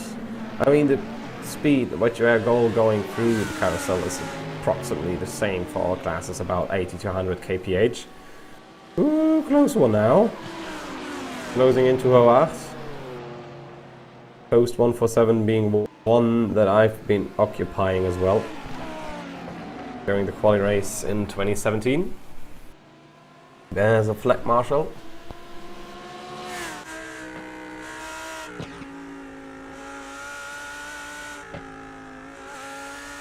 Nothing more awesome than being a flag marshal during a 24-hour race. Apart from being a driver, obviously. Ooh, and there was a try from iLivery's Esports Purple, but they compromised their exit there and almost got eaten up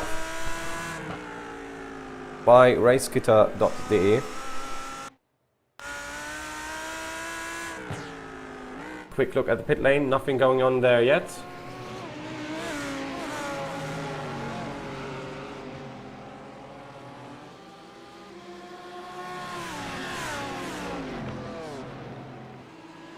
Still this trio of Lamborghinis holding their positions for now, after the purple car had to let them go.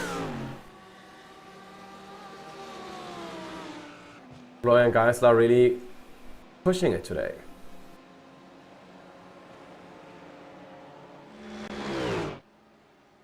There we go. Lead change has happened. Will they dive into the pits or not? That is the question right now. I would suspect they go for another one. But depending on the state of fuel, they might dish that idea and come in. No, they go for another lap. Which is about what I expected.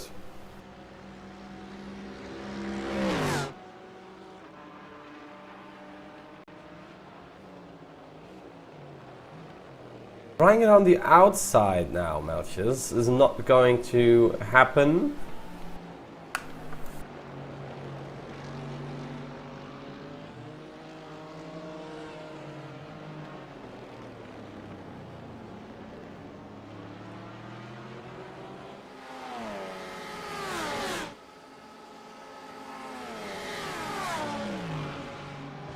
About 130 minutes to go. Wow. GT Temple almost having to dive down onto the grass there as Sim Racing powered by DCC blasted through with all the others behind them. Oh, and it looks like Esports is getting a nice exit there, going all the way to the pit wall. RaceGitter having to avoid a little bit of the collision there. Now they change the position coming into the first corner again. But it looks like, no, that is an easy case of just do what you want to do.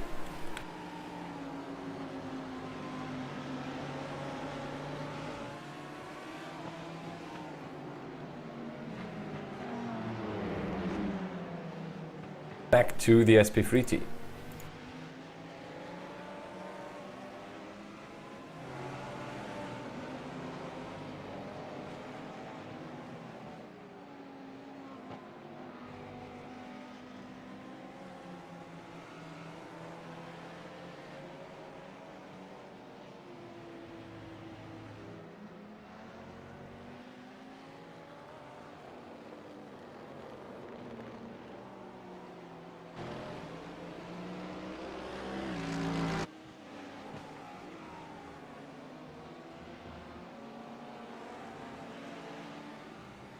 Lap 7 of 22 then it is, also for those guys.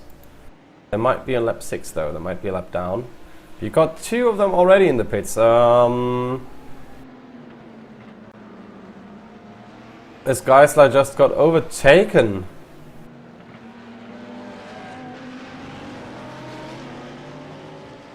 Geisler having problems here, it seems like. Coming onto the part of the Nordschleife. Yeah, and it's the traffic that does all the hard work for you.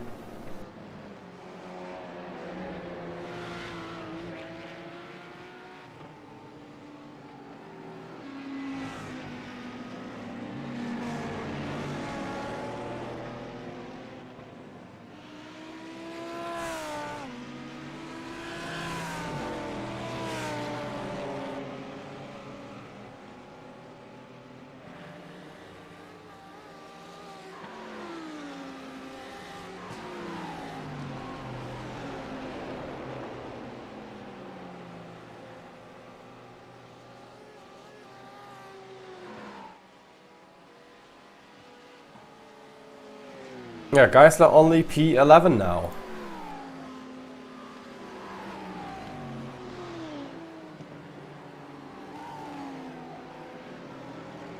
So let's watch the whole thing from one of the Audi RS3s that was around when all this chaos unfolded on track. I want to see that now. Here we go. So that's Tchaikovsky and the German Sim Racing Blue VVLN car. And here they come. All of them trying to evade everyone. Yeah, try to hold the car steady is one thing on this part of the track. But with loads of GT3s coming up your rear, trying to overtake you as well on that part is even harder. So there goes the first one. Okay, let's look at the helmet GoPro. There goes the second one. Where it is, on the left side. Second. There's the third. And there's another one coming. So there's quite a lot of traffic going on track right now. And it's still not over. He still has to hold his car steady and leave a space. As Alonso said, you always have to leave a space. It worked out quite good, I gotta say. Well, let's look at what race control thinks about stuff happening on track here. Oh, we got quite a lot done yet. We got a total of 15 things happening, so 10 are from the race. Got a stop and hold for Sim Racing Academy Black, 5 seconds. A warning for the RN Vision STS car. No further action on that one. 5 second stop and hold for the 5-star motorsport Black 455 car. And another 5 seconds stop and hold for the 271 T3 Esports Beta car. Ouch, that hurts. Then no further actions were coming in through, and that is it so far. So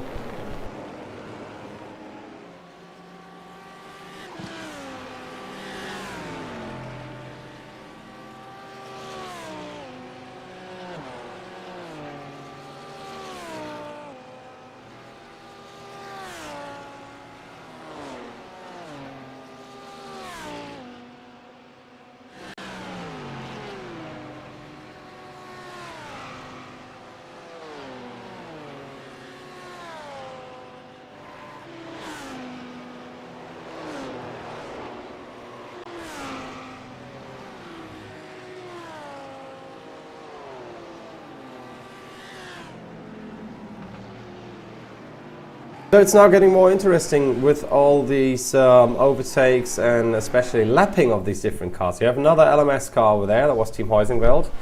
I think it was the 404 car, 4-1, not sure. And then you got another Cup 2 car in there as well, which poses some interesting challenges for the drivers.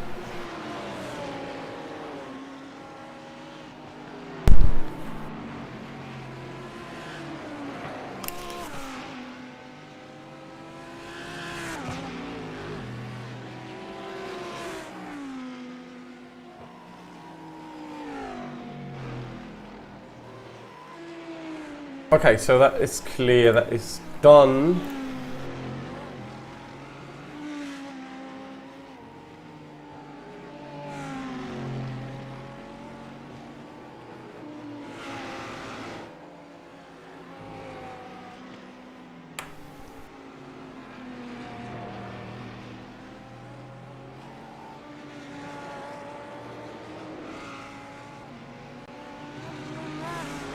We're still fighting for Team 9 Racekit and not giving up their position that they're currently holding, which is a very good thing in my opinion. And do that quite well. Looking at the timing though, do you have Impulse Racing 215 in the pit lane for quite some time? So we're on board with Mario Brun. Yeah, they're all entering pit lane now, at least in the other classes. Jan Sendkowski, our current leader, not yet in the pit lane. They should dive in though any minute. I wonder if they don't.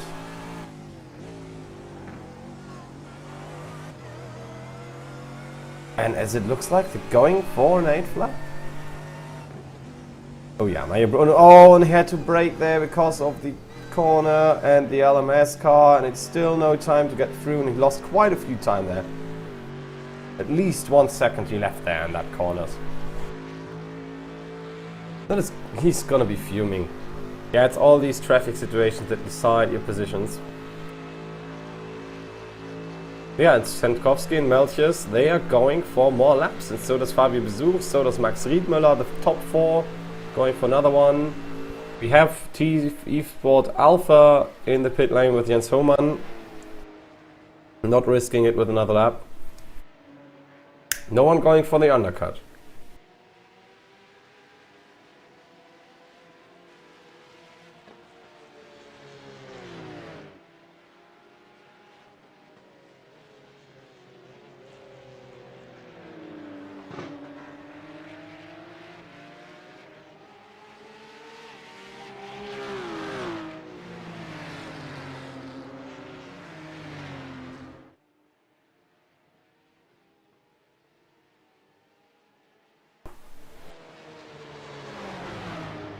Pit screen again, twice in the Cup 2 category, once for 5th and once for 9th position.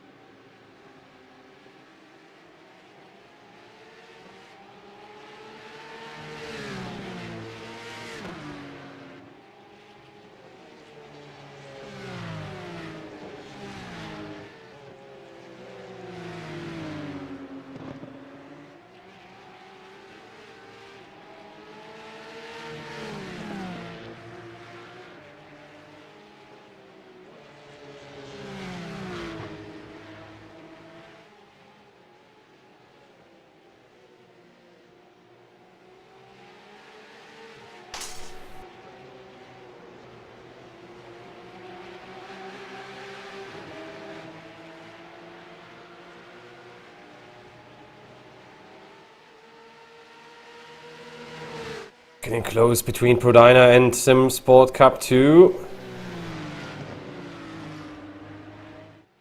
Oh, there goes the try, there goes the overtake. That was nicely executed by the 244 car, and now they have to try to strike back on the long road to the Mutkurve. Not an easy task, but it is doable. Absolutely doable.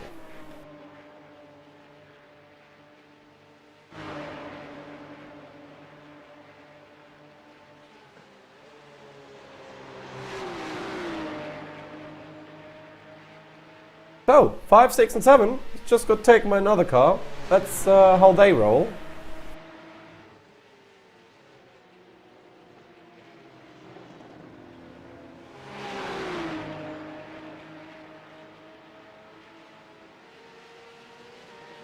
We go back to the fight between MSC Knetzgau and the VRS Racing Esports 242 Porsche 911 Cup GT3. Or was it GT3 Cup?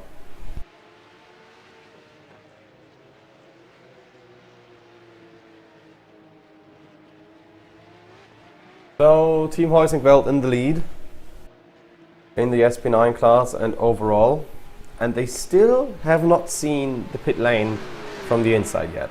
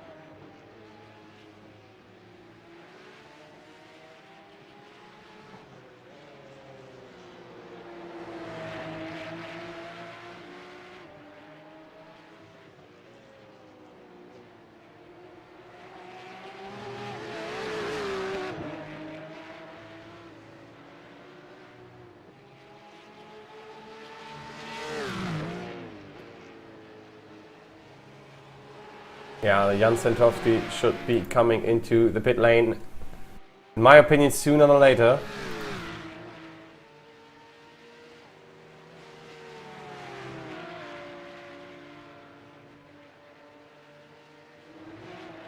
Still a far way to go for them.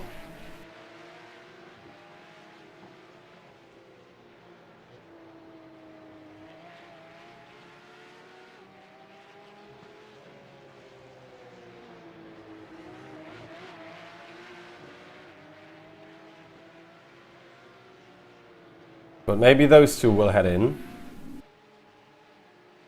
And I'm really certain they will be. As soon as the opportunity arises. Which will be in about 35 seconds.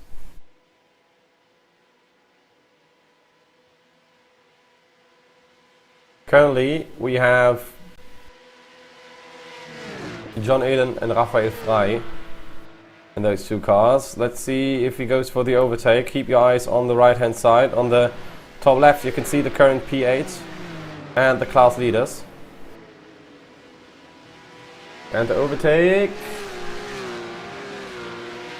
Not yet through. There we go. Nicely done and executed. And now the dive in the pits, I suppose. Impulse Racing is in for 8.5 minutes. What happened there?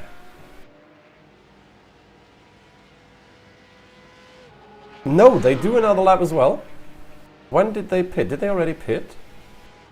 Oh yeah, they did. They pitted quite early compared to the others that are still in the pit lane. But let's look at P8 and P9 because they are fighting very closely. Or at least P9 and P10 that was.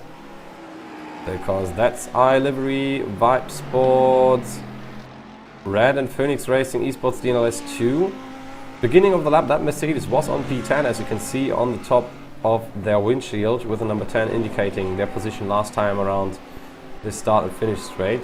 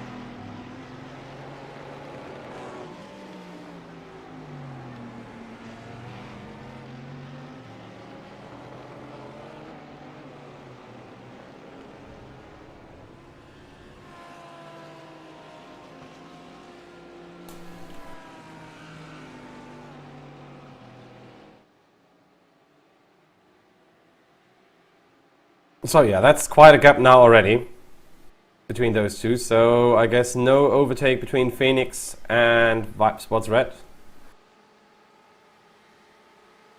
from neither of those.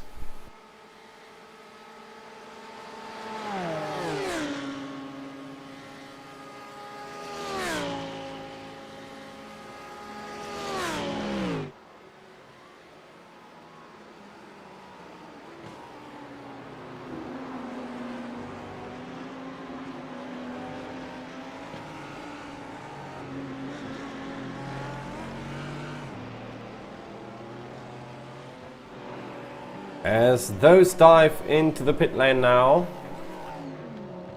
let's see Mats Töger Husfeldt and of course Daniel Pastor now in the cars of the leaders.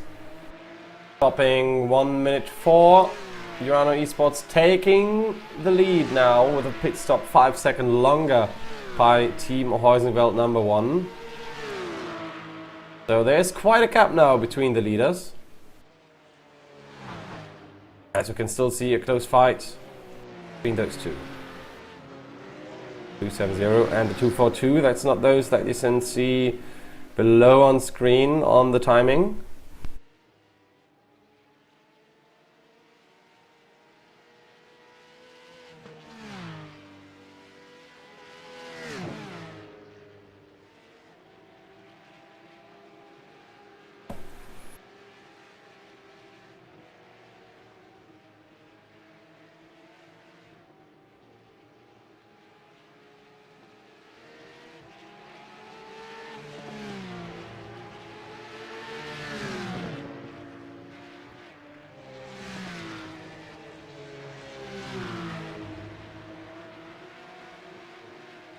And it's still close between those as we started a lap 9 for the leaders.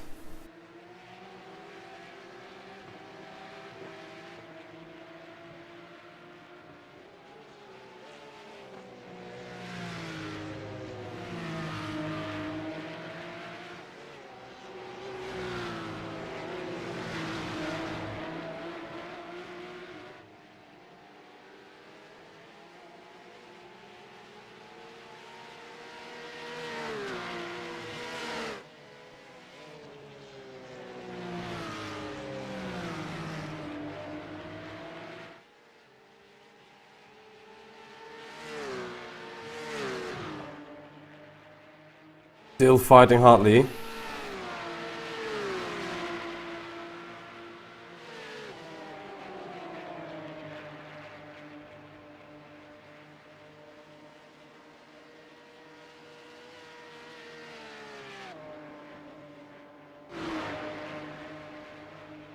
And shortly we will have a fan immersion, which will mean we go on board with a car for approximately 1 lap.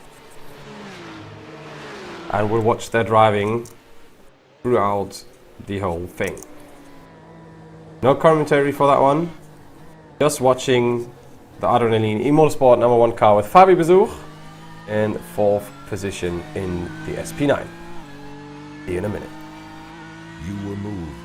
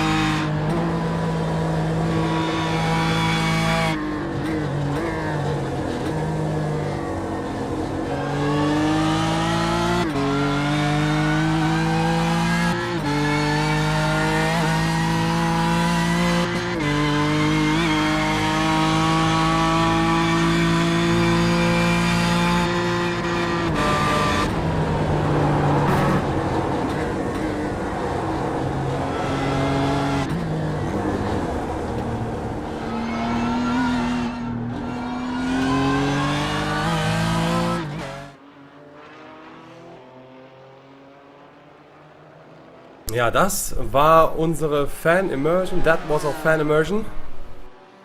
As we are back on the racetrack.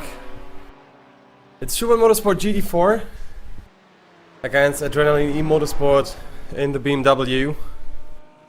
And it's a close battle happening on track with just 0.266 seconds of a gap between those two.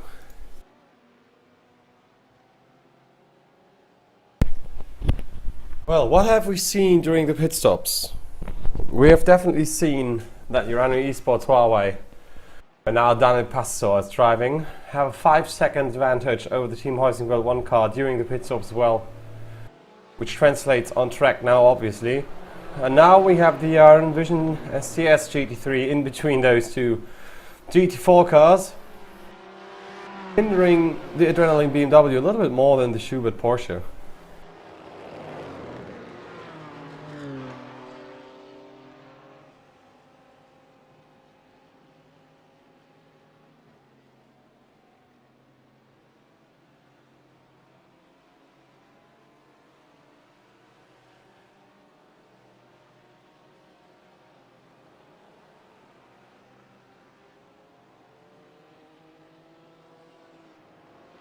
So it's 0783 now, we messed it quite up, but let's look at the former leaders, and now second place with Team Heusingveld number 1, just shy of the 50% mark of this race tonight, in lap 10 of 22.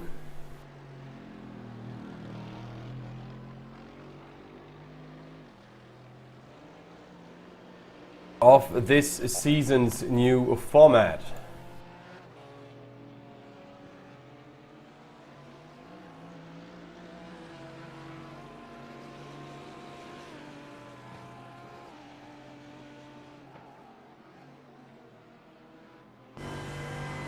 Ten laps equals 240 kilometers, so Formula 1 would drive about 12 laps on this track actually, if they were to drive on the mighty Nordschleife, that is.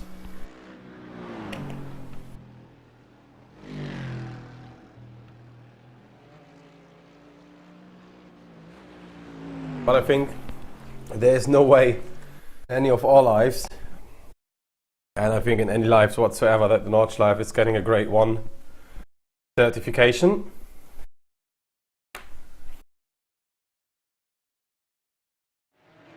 As we have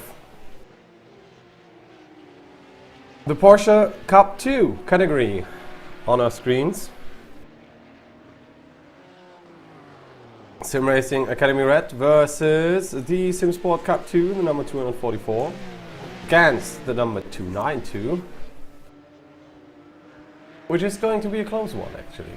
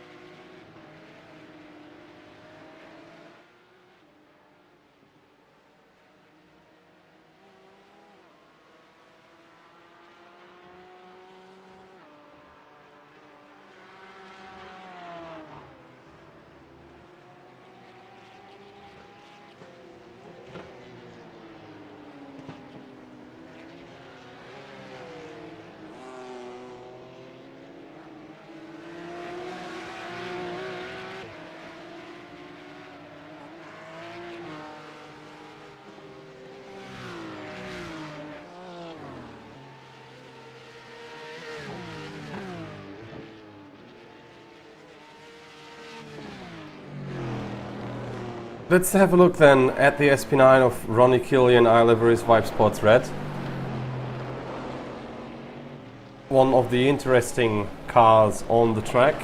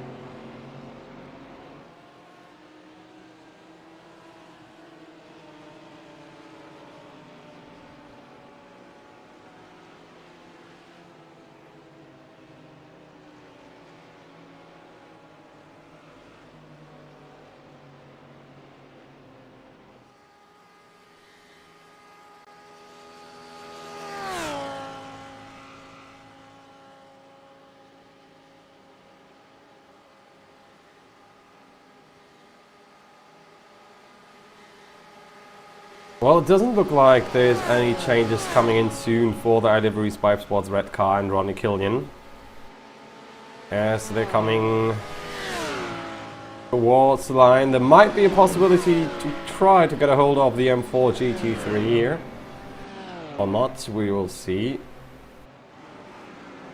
They've given up the position previously to the number 15 Phoenix Racing Esports car.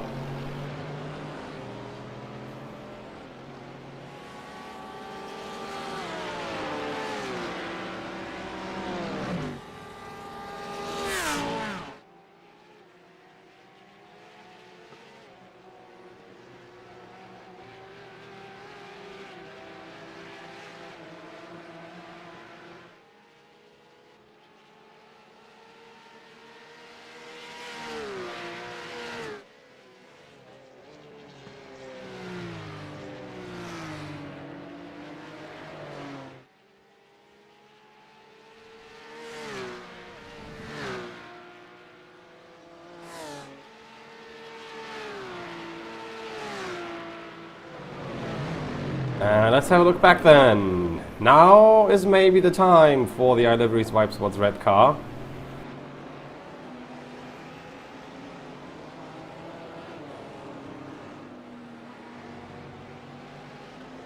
But well, too much traffic ahead, consisting of GT4s.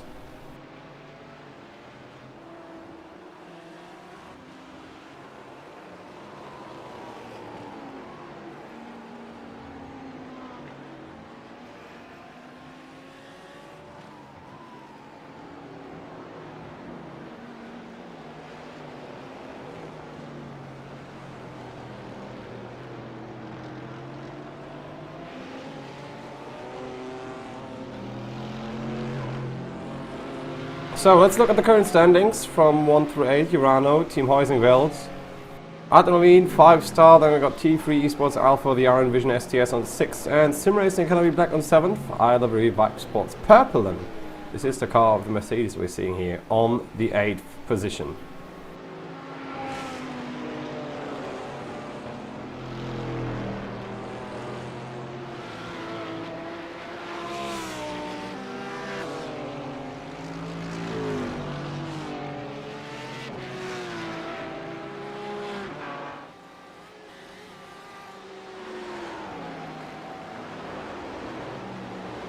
There we go, 9 through 16, as you can see on screen as well. Sim Racing powered by DCC, Team Race Getter, Phoenix Racing Esports, iLivery's WS Racing Esports 2, Piranha Sim Racing, Epic Sim Racing Red on P15, and German Sim Racing Purple, the VLN on P16.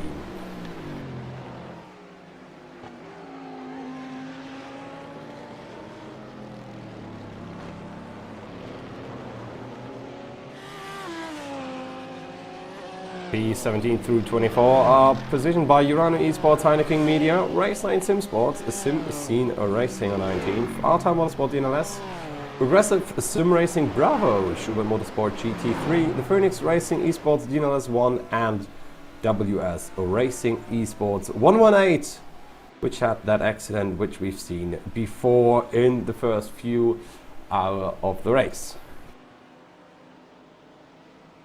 Let's look at our Cup 2.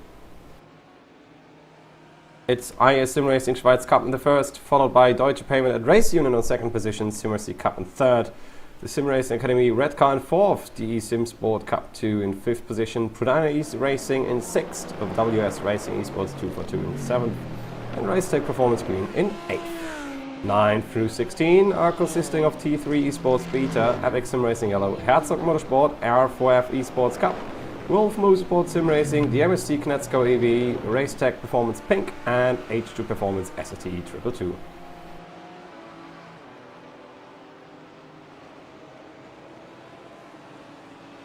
And of course, 17th position, that was Impulse Racing as we had it.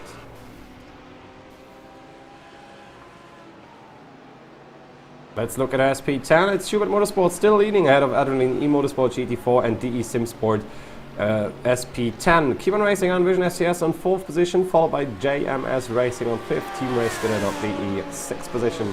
Ring Fiat Sim Racing, Greeting Scout Jasinski on 7th position, Vibe Sports Esport GT4 on P8. 9th and 10th, EPS Rennsport Esports and SimSteam Racing GT4.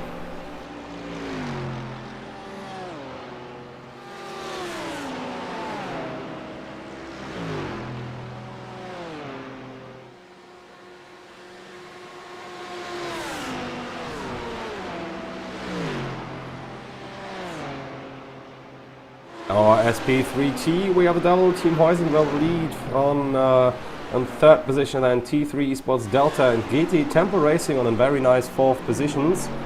5-Star Motorsport, Black, German Sim Racing, Blue VVLN, WS Racing Esports and Impulse Racing 42. And on ninth position, KB Motorsports. So, interesting fact that we have now, which is interesting but also sad for one of the teams. Well, that's Phoenix Racing Esports DNLS 1. We remember they had pit lane penalty start due to something happening in the quali race just before the main event here. Thing is, they had 8 minutes and 30. They were locked onto that position for 8 minutes and 30. Couldn't go directly after the grid. They are driving now to the end and will get 8 minutes 30 taken off their total time in the end, which will change their position a lot.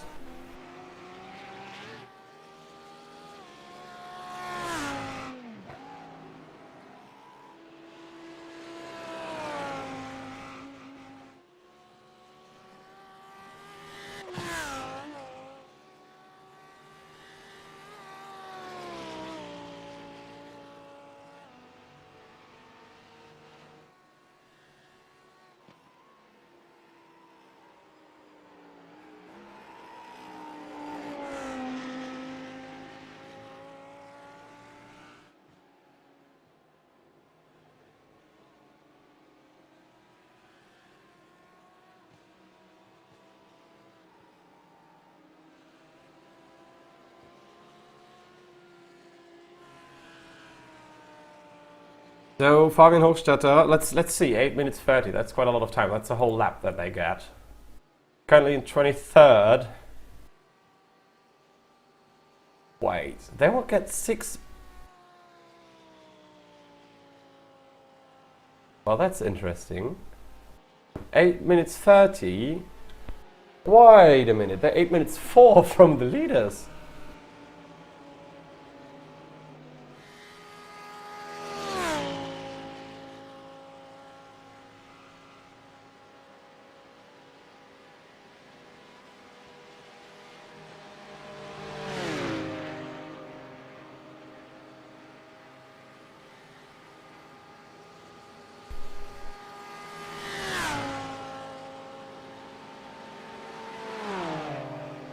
Just looking at something.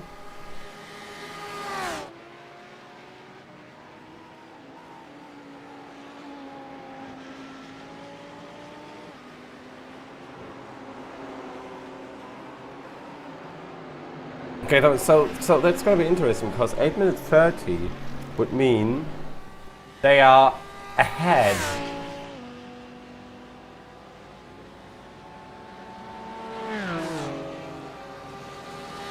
That would mean they're currently... Are they ahead? No, they're not. Okay, they're not ahead. It's 10 minutes. Right. It says 8 minutes 4 on the red. I don't know. It's on the gap. It might be...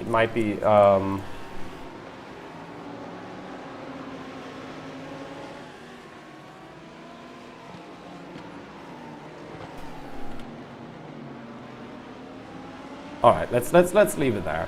Let's have a look at the end of the race, because apparently it's a gap, not the relative, but the relative doesn't work either. So it might be somewhere between 8 and 10 minutes of a gap where they are currently. So that would put them into P15, which is way more realistic than the projected lead I had in mind for them right now. Yeah, that does make a lot more sense, in my opinion.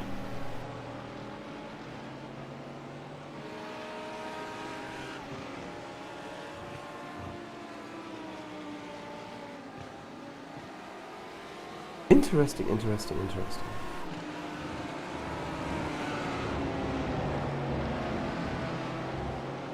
So let's have a look then at the fight here between those two cars. We have Sim Racing powered by DCC Lamborghini in front of the number 180 Team Race Skitter GT3, and then we got the Phoenix BMW just behind them, which is the Phoenix Racing Esports DNLS 2 with Jan Hottešek.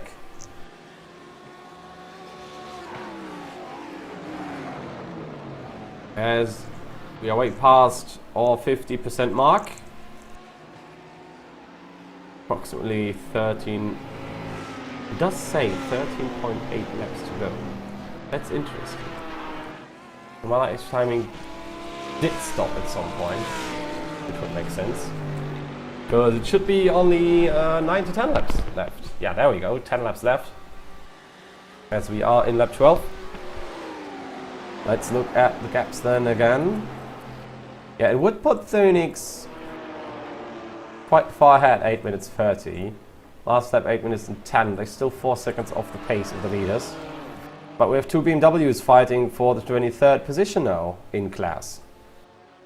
And that is Schubert Motorsport GT3 versus WS Racing Esports 118.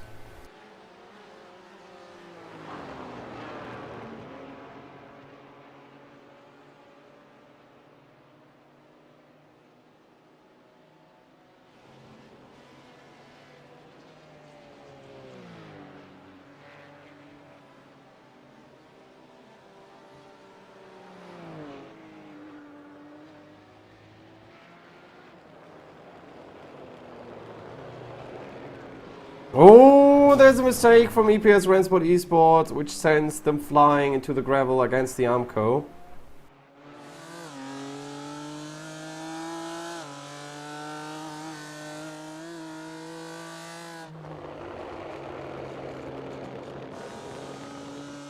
As we are on board now with Sim Racing Academy Leg.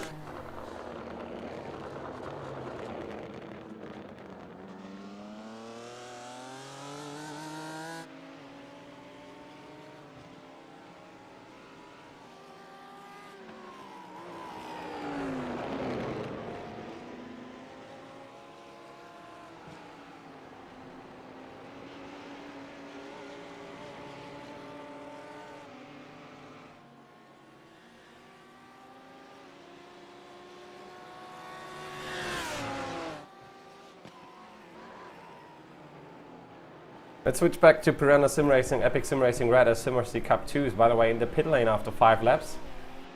Steffen Hermann, we was on the 2nd position currently in the Cup class.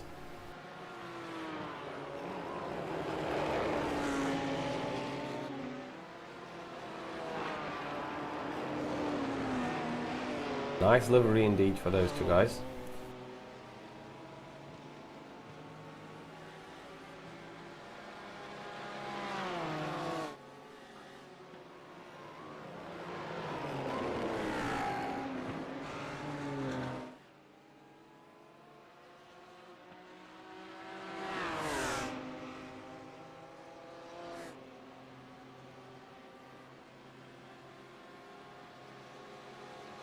Nice overtake from the traffic. That could have gone wrong.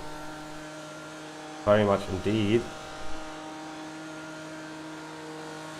And taking out the Colonel SP10 leaders is still currently... Yeah, René Penquit is still leading.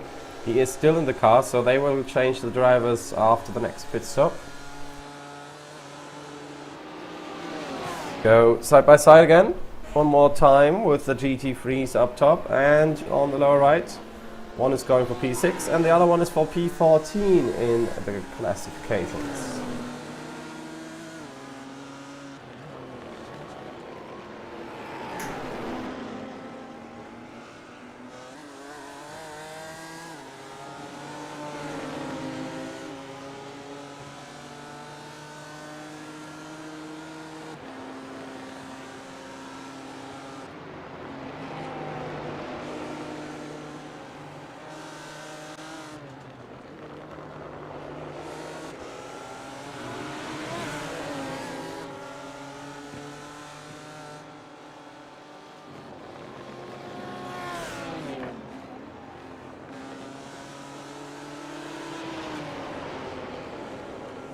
Nice try by Epic Sim Racing Red, now pushing, maybe forcing the issue next time by.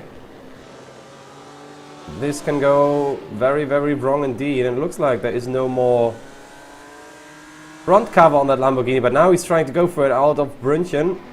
That was an actual nice overtake. Almost looks like Piranha Sim Racing kind of gave that position up there.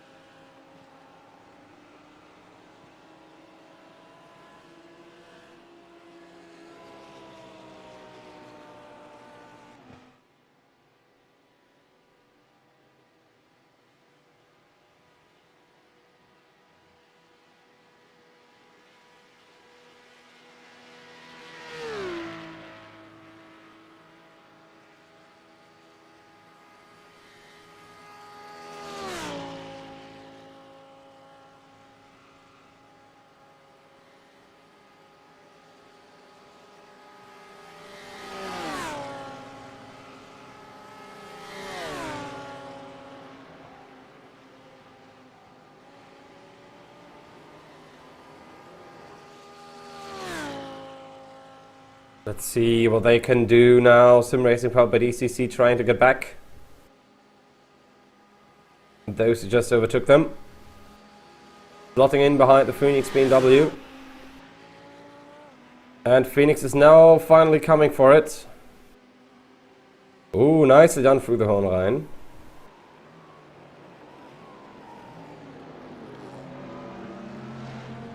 Easily executed without any issues.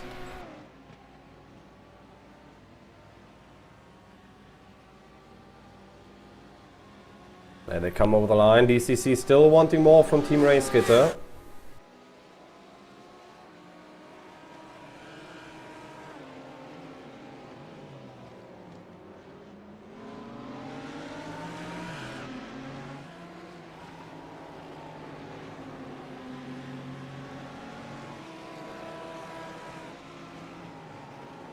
And there's finally action. The SP3T 5-star Motorsport Black is followed by German Sim Racing Blue VVLN, and in front looks like the GT Temple car. Yeah, it is.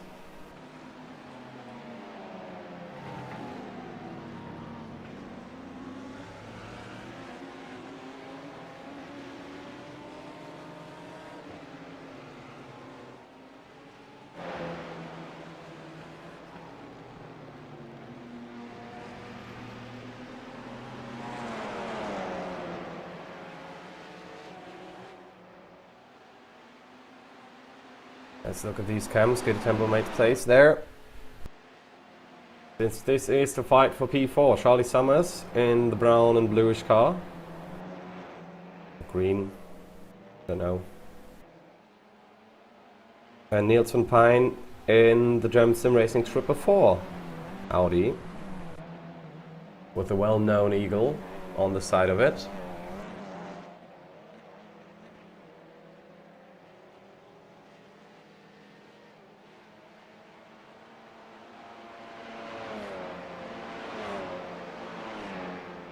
.2666 seconds now between those two drivers.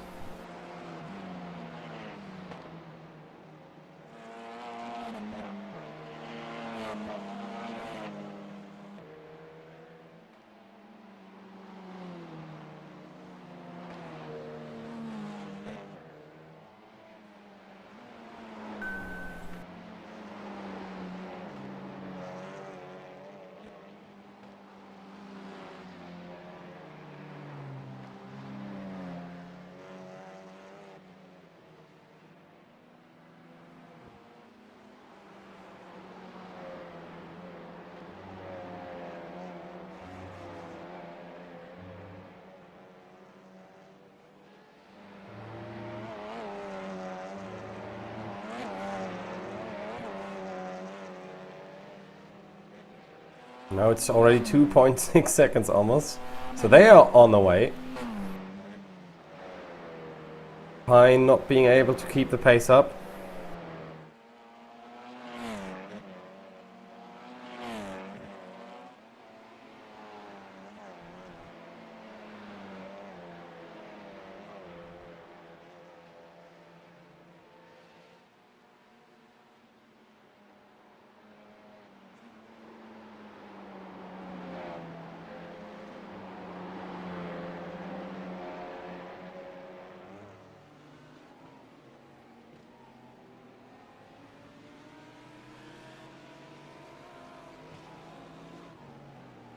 It's a little bit closer between Mark Drinkhood and Ronnie Killian. Not all words have been spoken between those two drivers.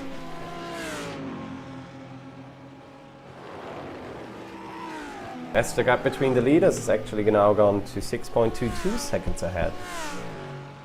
Looks like Huijsingveld found a new challenger this season, which would be quite good. I mean, you know, you don't want to have the same car winning every single week. Looking at you, Formula One. Let's look onboard now from Killian's view. On the right side is the offboard, on the left is the onboard. As we head up the mountain where there is there traffic that awaits them? Not too sure. That might actually be traffic.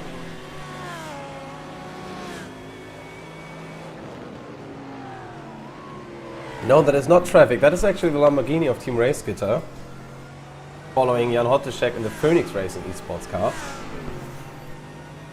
So that might soon be a four-way battle.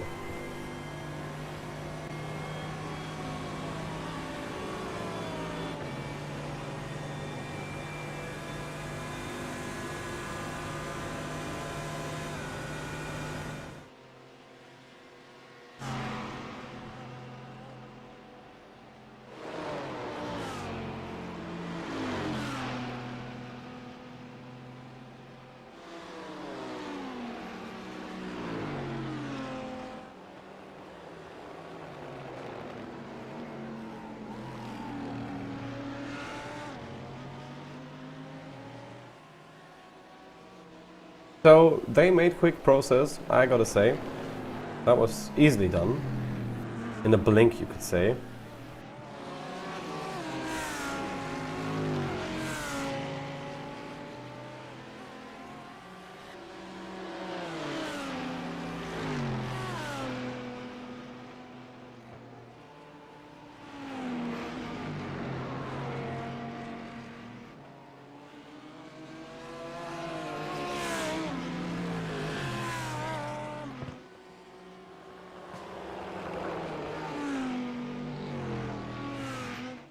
Oh, DCC rumbling over the curbs as we have a lot of focus now on Team Race Gitter GT3. You're closing in again on Jan Hottešek.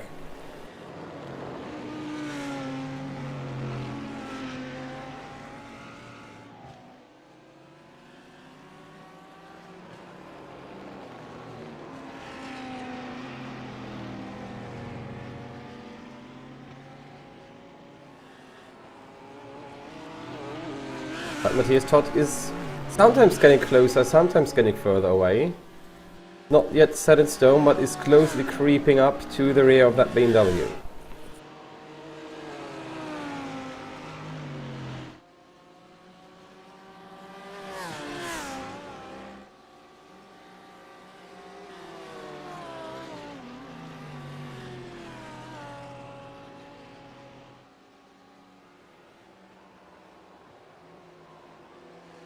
.5 seconds is now the gap, so that might be a chance sooner than later on the Digital Nürburgring. As we are looking at Urano Esports Huawei right now,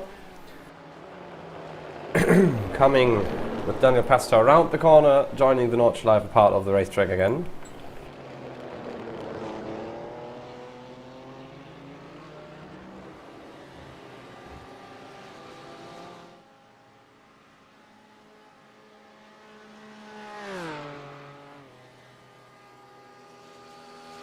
There we go now. That was the move I was awaiting. Matthias Todt going for the overtake on Jan Hottešek and therefore securing P9 for the moment, as we still have approximately 9 laps to go. Most of the drivers now starting their 5th lap on this fuel. Oh, that was a close one. There might be retaliation into turn 1. And we got another car already in the pit lane. But they were earlier than before, and after 6 laps again, it's Sim Racing Academy Black jumping into the lane. Not going the whole 7 lap distance. Might not feel that confident with his car.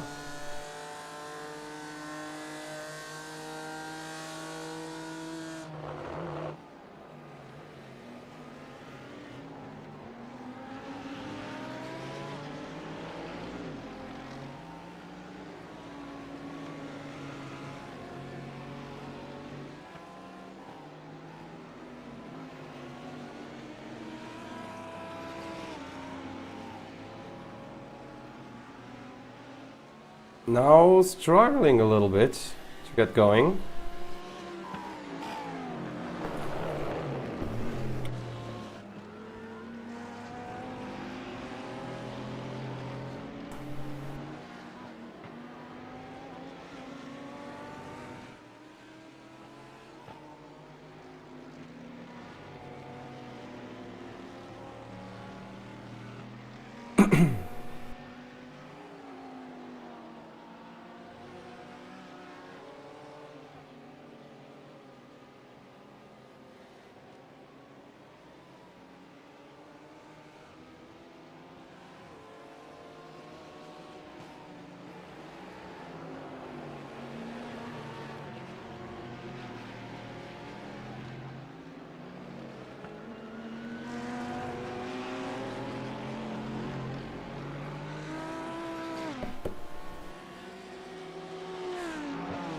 Nordschleife still following the Lamborghini. Let's look at the lap time. So last lap from the leader was 8 minute 5 185. Second place was 8 minute 5 052, 85 high. Then we got an 86 high, 87 high. So the only guys currently driving anywhere around the 8 minute 5s are the three leading cars. The one behind is slower, and by quite a margin that is. Looking at P8, for example, you already got 8 minutes and 12, 8 minutes and 14. And that's as fast as their fastest laps are. So that is interesting that we have that much difference in pace.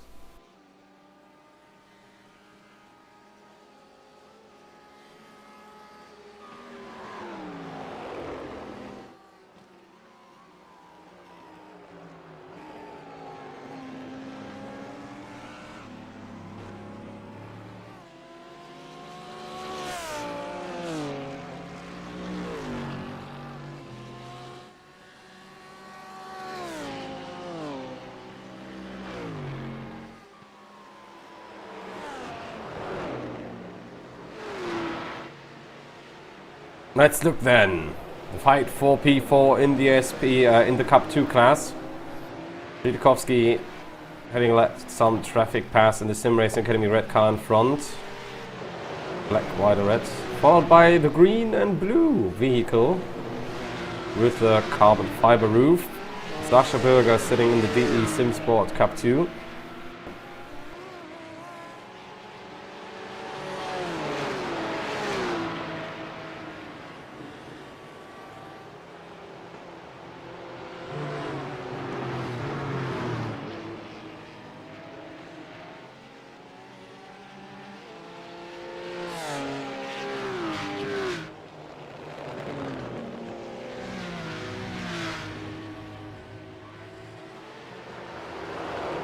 Number 244, not the most consistent car on the track today. We still can be happy about their performance.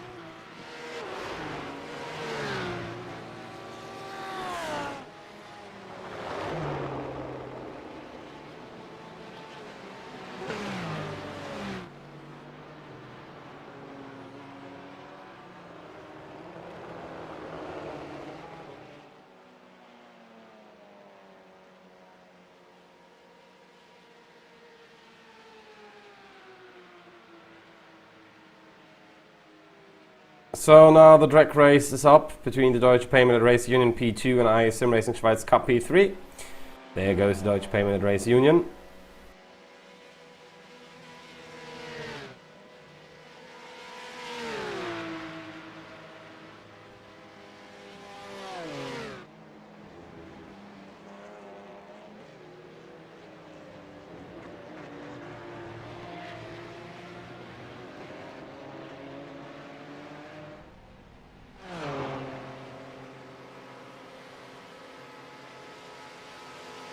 As you can see, there goes another Lamborghini. Just in the middle of the fight between Sascha Berger and Chilikowski, and Berger having the draft now, but not the space and the length of track that he would need to finish up this overtake.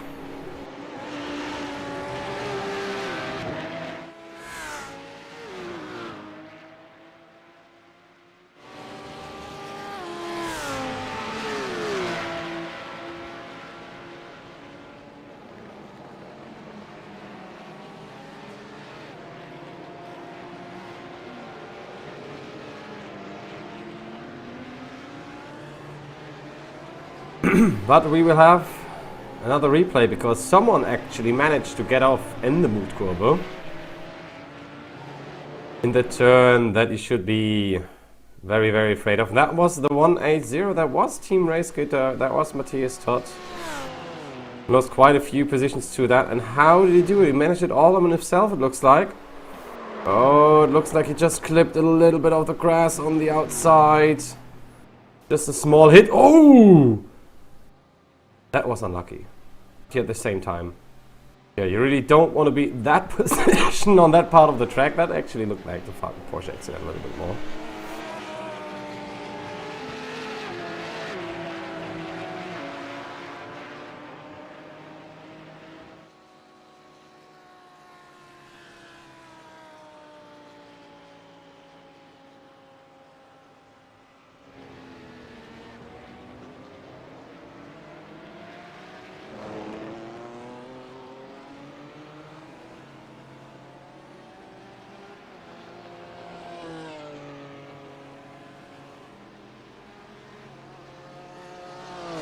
So let's see. Adrenalin in Motorsport, Team Heisenfeld, separated by 7.849 seconds. Currently, 15 laps in.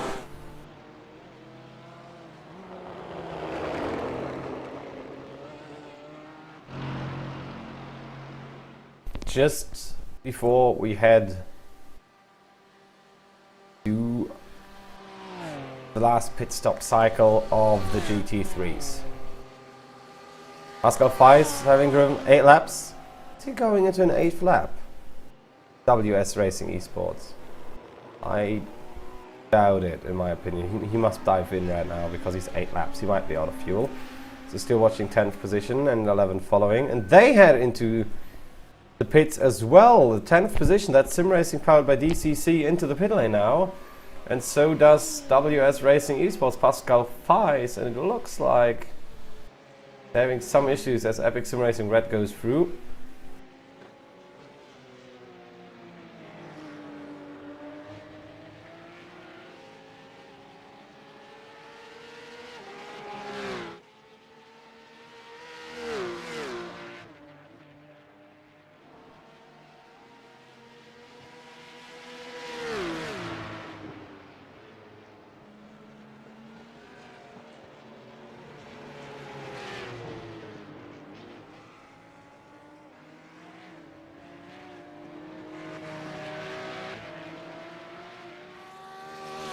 P3 still up for grabs for the DE Sim Sport Cup 2, Sascha Berger.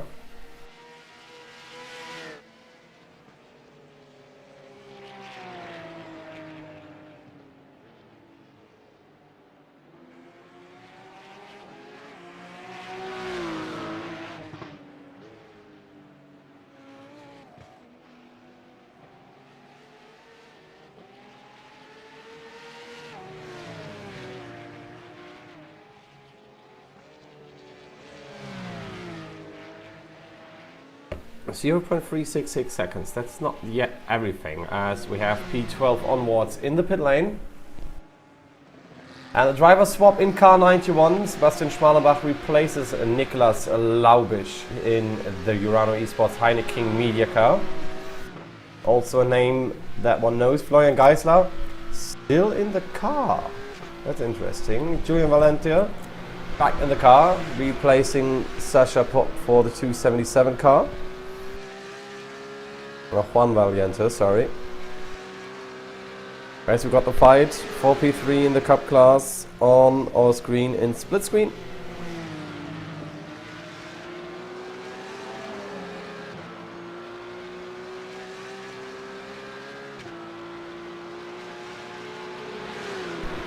And there you can see how good the draft is actually working for those Cup 2 cars.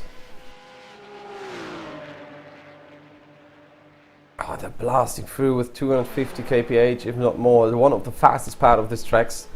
Almost exactly at the halfway mark to the finish line. Yeah, but you don't want to force the issue in front of the mood curve. You just could see them tapping the brakes for a moment, as we can see the fight for P3 with Keep On Racing and the DE SimSport SP10 car. So we have two DE SimSport cars fighting for a podium. That's interesting. But now that went short since Keep On Racing just dove into the pits.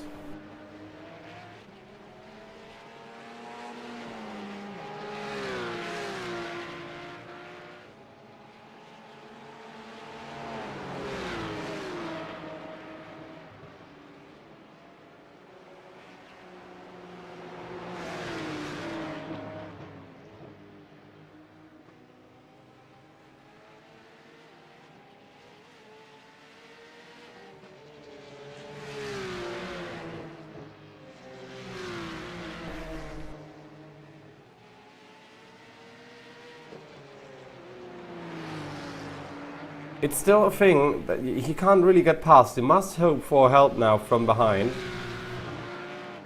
Or some kind of traffic.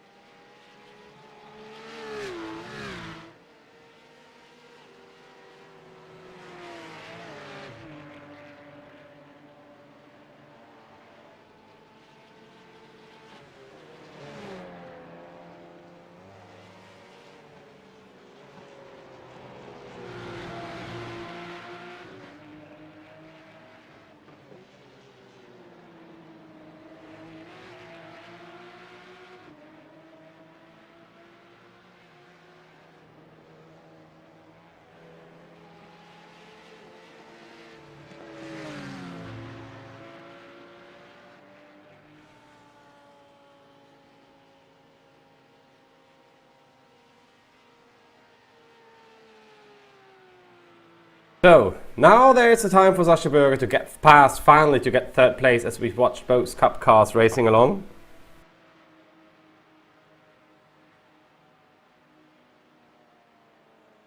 And we got Daniel Pastor.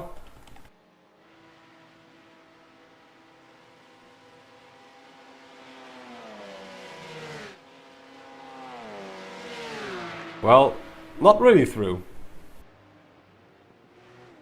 That's interesting.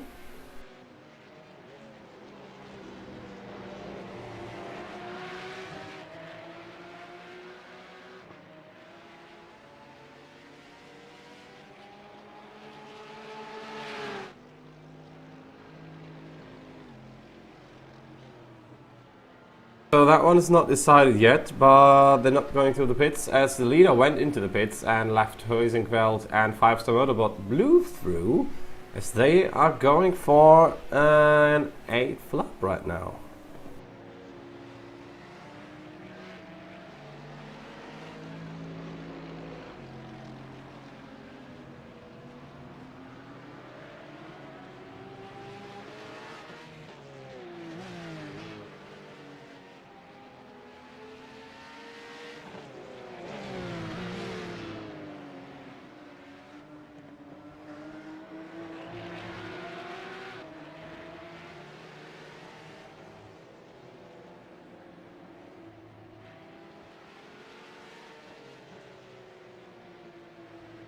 Well, that fight is still going on for some time. I've been watching lap times again. We got a 1 minute 28 pit stop from Adrenaline Motorsport, 1 minute 27 in total for the Renault Esports Huawei car. So let's see how good Team Heisingwell can do it. They are 1 lap short of fuel. They just have to take fuel for about 6 laps then in the end, which is a factor of a few seconds, which can help. They have a faster pit stop than 1 minute and 4, which can help to get the 6 seconds of a gap back that they had to equalize their position on track. So that might have been a very good strategy, depending on how good they managed their tires actually in this race.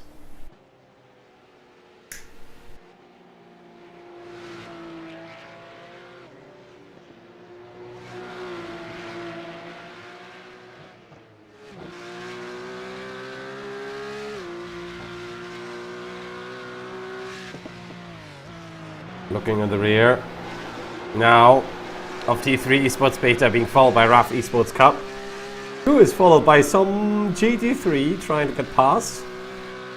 Not looking too amused.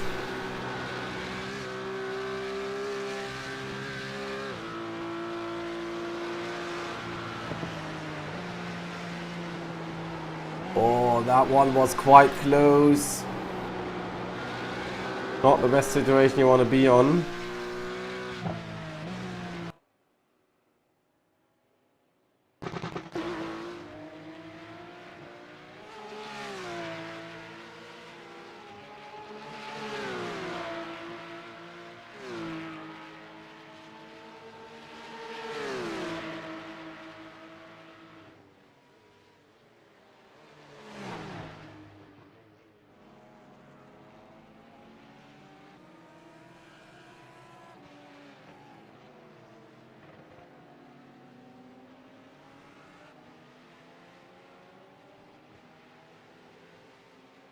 But they're still not decided here in P3. I mean, it's gonna be decided in the pit lane or over the last 7 laps.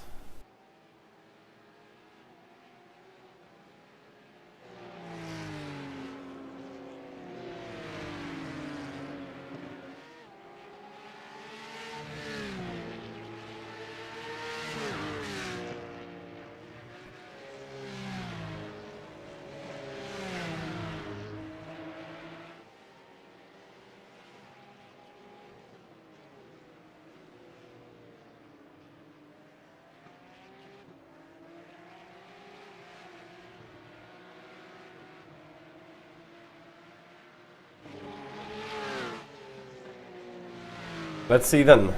Maybe this time by Sascha Bürger not being a slow driver. Patrick Schiedekowski not being slow either. Closing in on the 287 car now, both of them are. Which is Alex Autumn from Deutsche Payment Race Union. The real-world driver as well. And they're getting closer with quite a pace now. Wow, he lost quite some time. He lost like 20 seconds in the last lap, so something's not going well for Autumn.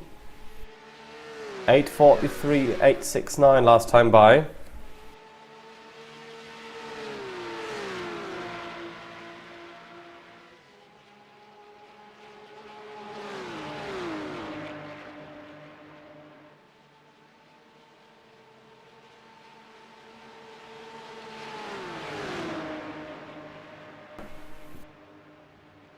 Now, it's not only a fight for P3, but it's a fight for P2, and Alex really has to watch his rearview mirror, which is occupied by 2 flying Porsches.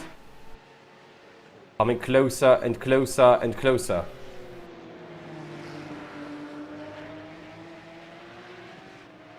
Too far that would have got more interesting. They just pass him. He just lets them pass. So something really must be wrong with Alex Autumn's car here.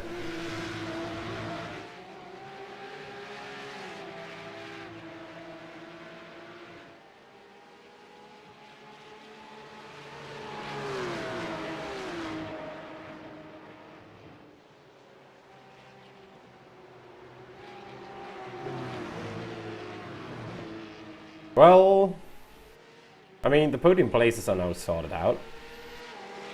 But, I mean, those guys are racers. Sascha Bürger will not be happy with just 3rd place. If he can manage to get 2nd, he will want to take it.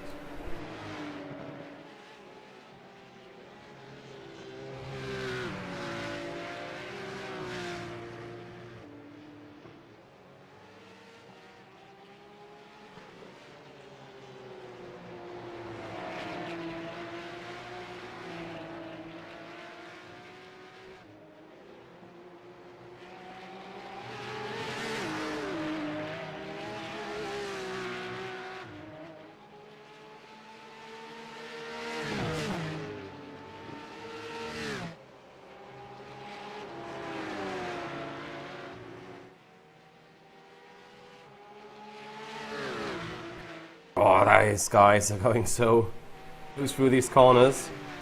Berger's just waiting for Szylikowski to make a mistake, or just waiting patiently for the Dittinger where he can get that position just before the pit stops. Oh wait, they have the pit stops already 2.5 laps ago, sorry.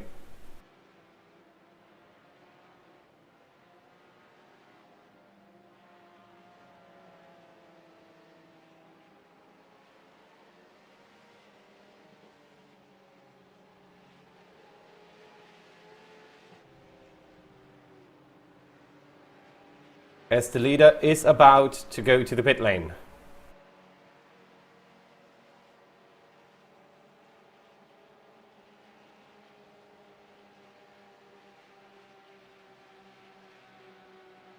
Well, yeah, there it is. Now the overtake is done and the leader is in the pits. Mats Torge Husfeldt is in the pit lane, but will it be enough to beat Orano Esports Huawei?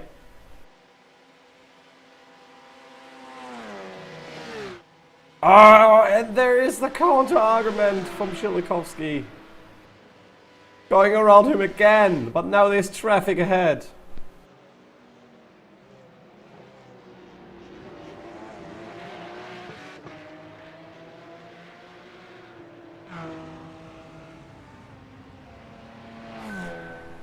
I meant the RS3 is going to the pit lane.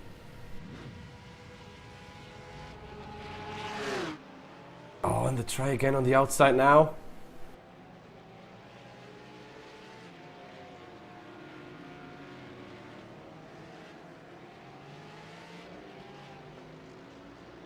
And they're still keeping the position, and Team Heusingfeld is out of the pit lane.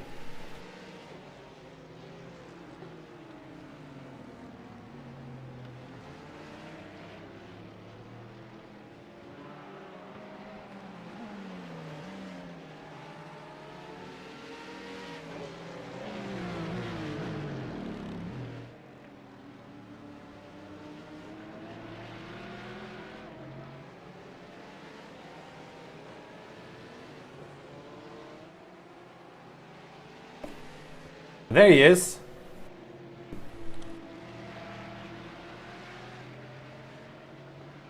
There is Mats Torge Husfeldt in the Team Heusingfeld car, just behind of fighting Porsches. He's about to steal them one more lap, intervening in the fight. Let's see. Oh, Berger very smartly lets them by before the chicane.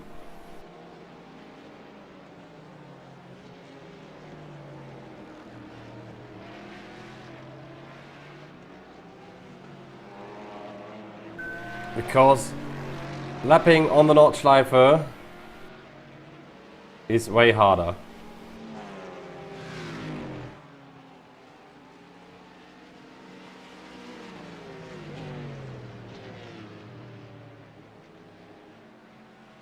Yeah, now we see it, and that will cost a lot of time.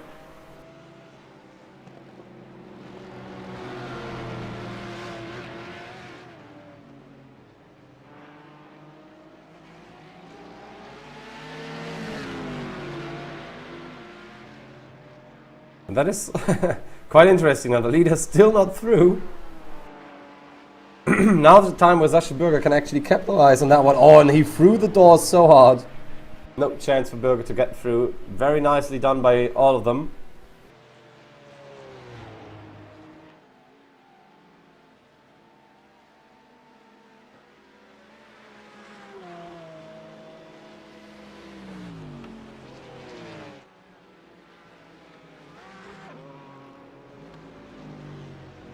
And the fight for P2 is still on. But now, let's go on board with Team Heusingfeld 404, which is piloted currently in its class by Marcel T. Following around his sister car. And see yourself in about a lap time. You were moved.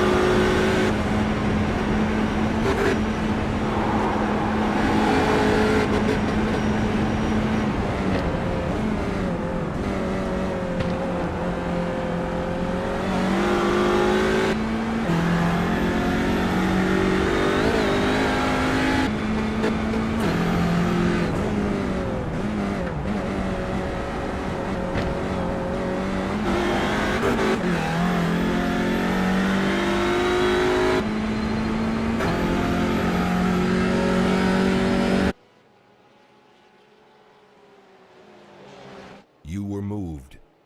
And we are back from our last fan immersion of the race. We got a replay coming in. What looks like a situation between a BMW and a Porsche, where the T3 Esports Beta car almost lost it, having contact with the M4 T3.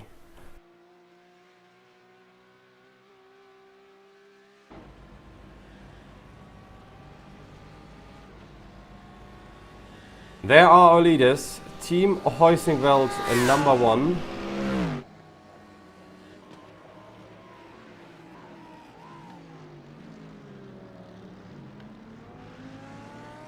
Still leading 12 seconds in front of Urano Esports Huawei. And there we have the current standings. We start with Team Heusingwald number 1 in front of Urano Esports Huawei. 5 Star Motorsport Blue still in 3rd position. Adrenaline E Motorsport number 1 on 4th. RN Vision STS on 5th. T3 Esports Alpha on 6th. I Love Reese Wipe Sports Purple on 7th. ES Racing Esports on 8th position. And we will continue on with positions 9. Just in a moment, when the German colleagues are through with calling their names as well.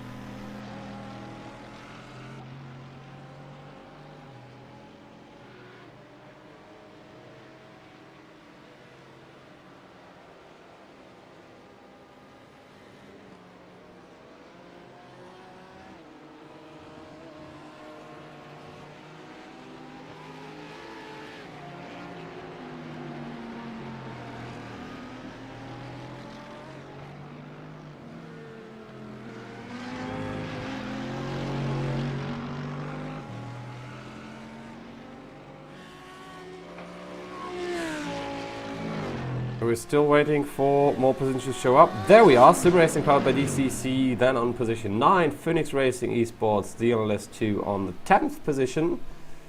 I think it was number 5 car, which will get better positioning later on. Epic Sim Racing Red then P11, Prena Sim Racing on 12th, Urano Esports, Heineken Media on 11th, etc, etc. Then P17 Sim Racing Academy Black, followed by Progressive Sim Racing Bravo, Artal Motorsport, then Vibe Sports Red, Team Race Skitter, Phoenix Racing Esports DNLS 1, Schubert Motorsport GT3 and WS Racing Esports 118. Yeah, and the Phoenix Racing Esports DNLS 1 car, the number 5, will get 8 minutes 30 subtracted from their time, since they had issues with iRacing before. But let's head out to the Cup 2 standings, where WS Racing Esports leads SimRC Cup 2 and Prodina E-Racing in front of Sim Racing Academy Red and SimSport Cup 2. The Deutsche Payment at Race Union currently on 6th position, followed by the Race Tech Performance Green and the IAS Sim Racing Schweiz Cup car on the 8th position. Position 9 through 12 are then Rough Esports Cup, T3 Esports Beta, Wolf Motorsport Sim Racing and the MC Knetzgauer e.V. 13 through 16 by Herzog Motorsport, Race Tech Performance Pink, also a lap down already, H2 Performance SRT, Triple 2 and Epic Sim Racing Yellow on P16. Last but not least, Imports Racing 215 with a Race to Forget on P17.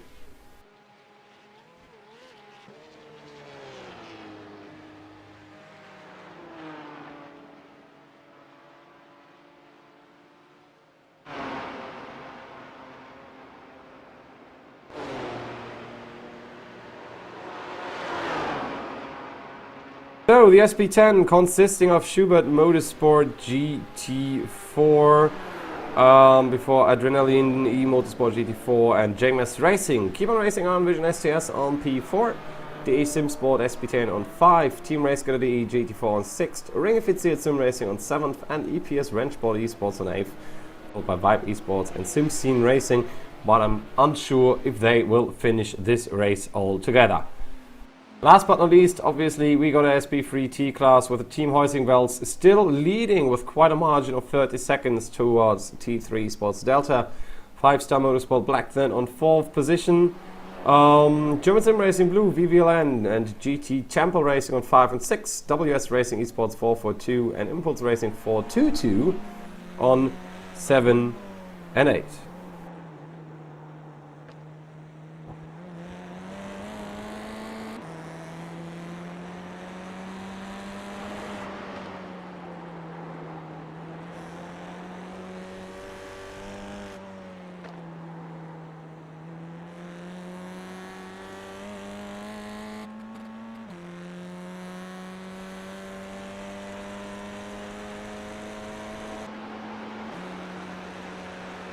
So let's see, GT Temple Racing trying to get closer to German Sim Racing Blue VVLN, being separated now by the GT 421 BMW or 42. Another Lambo blasting through. Say hello to the number 7.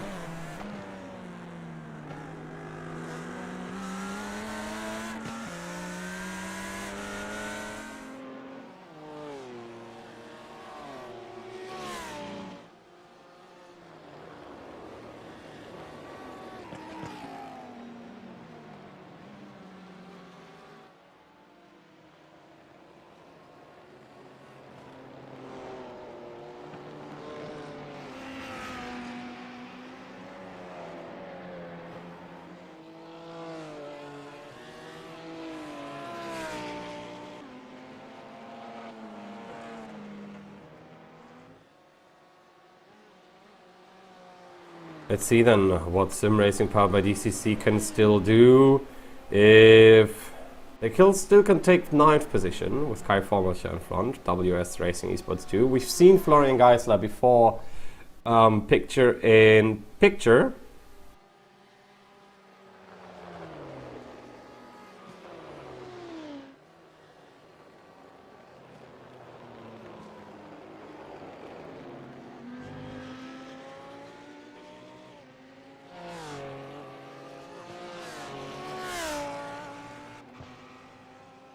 And he was one of the, I think, more relaxed guys in there.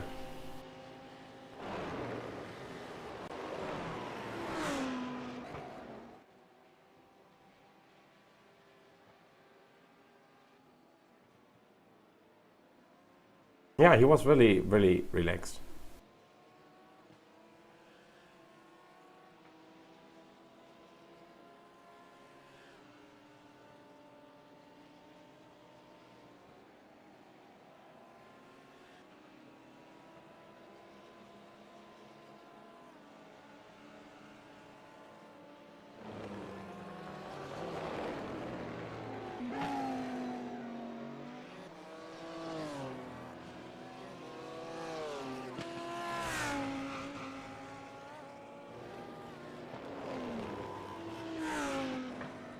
One 1.23 seconds. Oh, that was the mistake of Kai Formelcher. Now he is in 9th position, and with 4 to go, there is still a chance for Christoph Monza to get that position.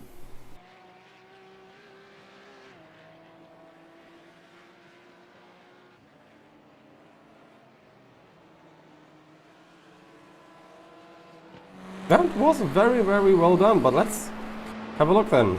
12 leaders in the SP3T. They might be fighting out their position. They might be staying like this. We will know in 4 laps time, the 404 in front of the 401 car.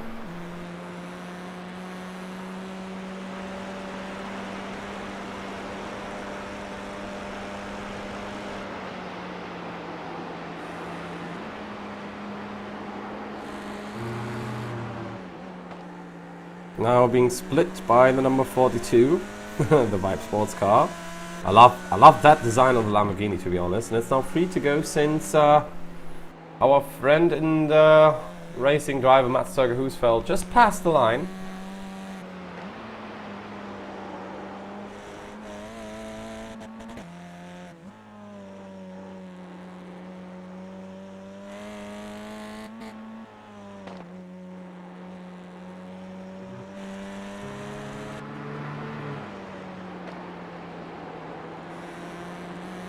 As well as does Adrenaline E Motorsport now as well.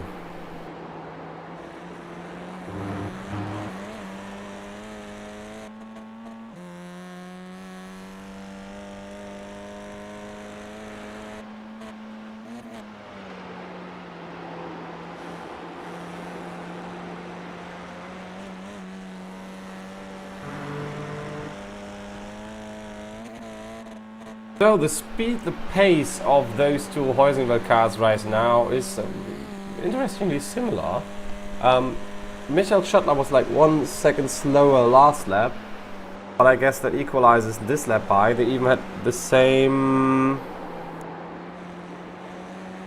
stop times, the same pit lane time with 5.56 and 5.58. So those two guys are driving it together, like the Digital Lamborghinis did in 2017. There is a mistake from Team Heusenwald 4 car. And that makes Michael Schottler drive past and take the lead now. So, well, that did not go as planned, I would say.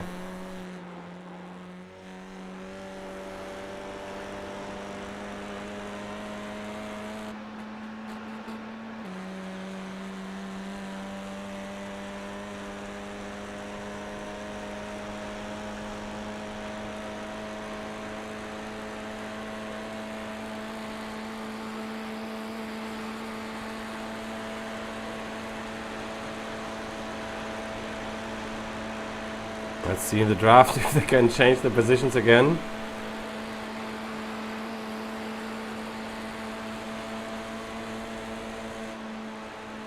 Oh god, they're getting close.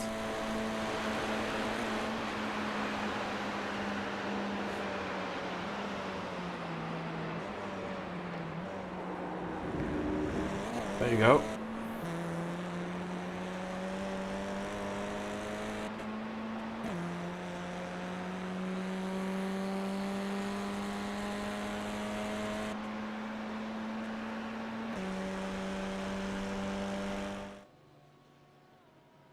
Well, let's look at our leaders. They lost quite a lot of time in between. They might be saving fuel right now. 5.5 seconds now only from... We've been about 17 to 20 seconds before.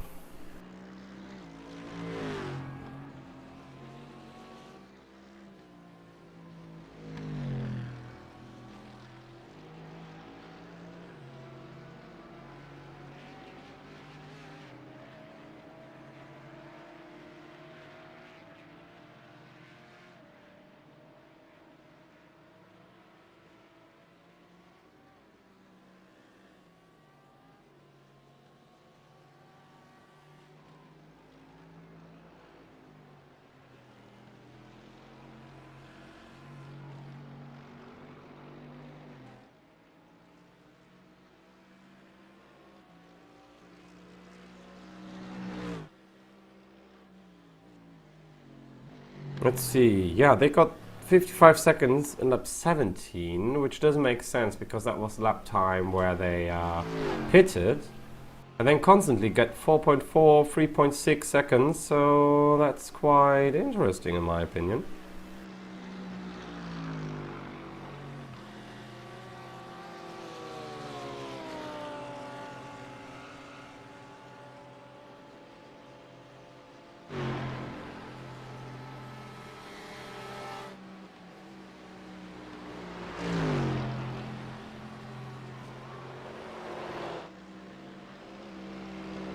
I wonder when they come over the line one more time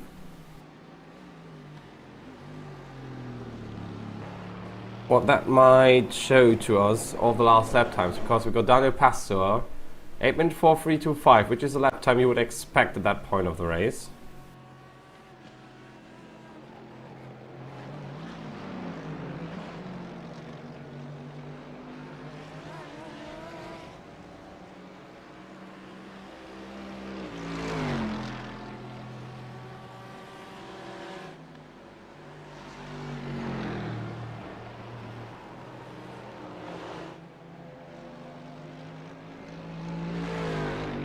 Let's look at German Sim Racing Blue VVLN and GT Temple Racing again.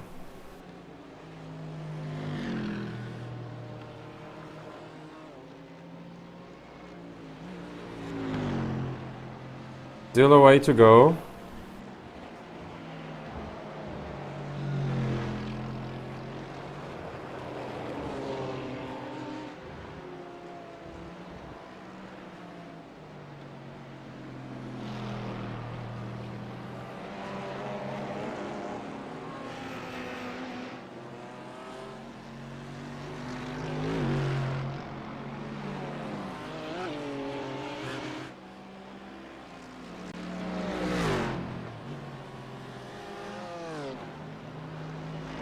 The Temple being close enough to do something.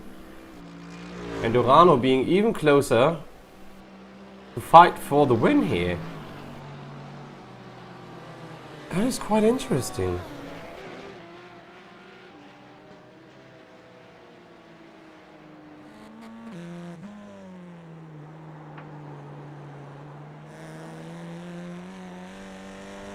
So, back at the SP3T lead. Turbocharged milk boxes, as someone said.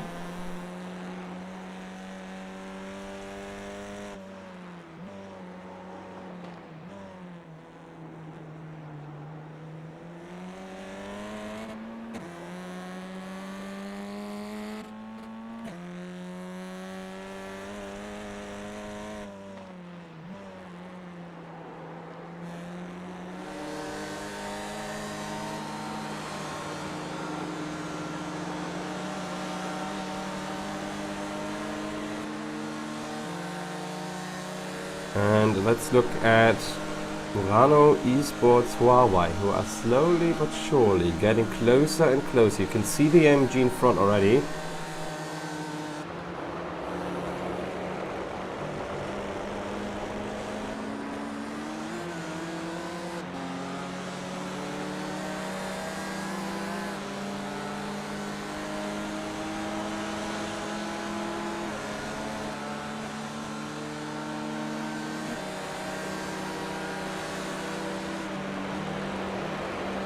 There we go, another bump draft fight for Tim Heusingwelt on the left side.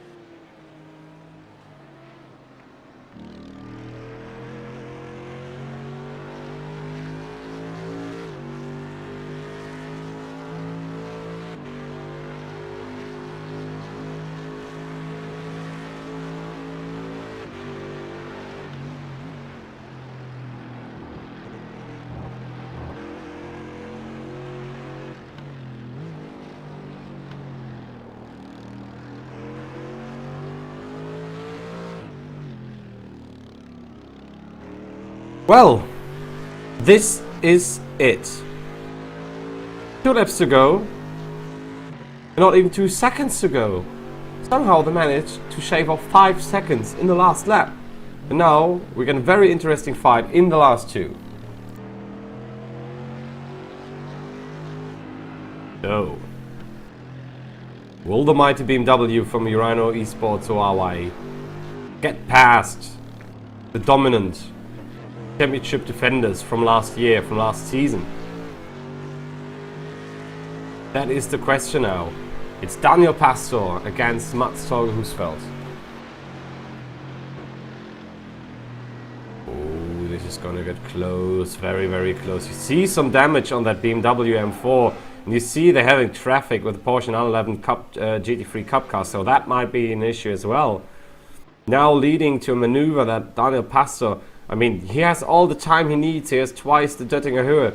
It would be an easy game for him just to wait until the last moment and take the chance instead of risking it everything and going all in. Heusingwelt gave away from their pit stop, from the last 5 laps almost. They gave away almost a 17 to 20 second lead.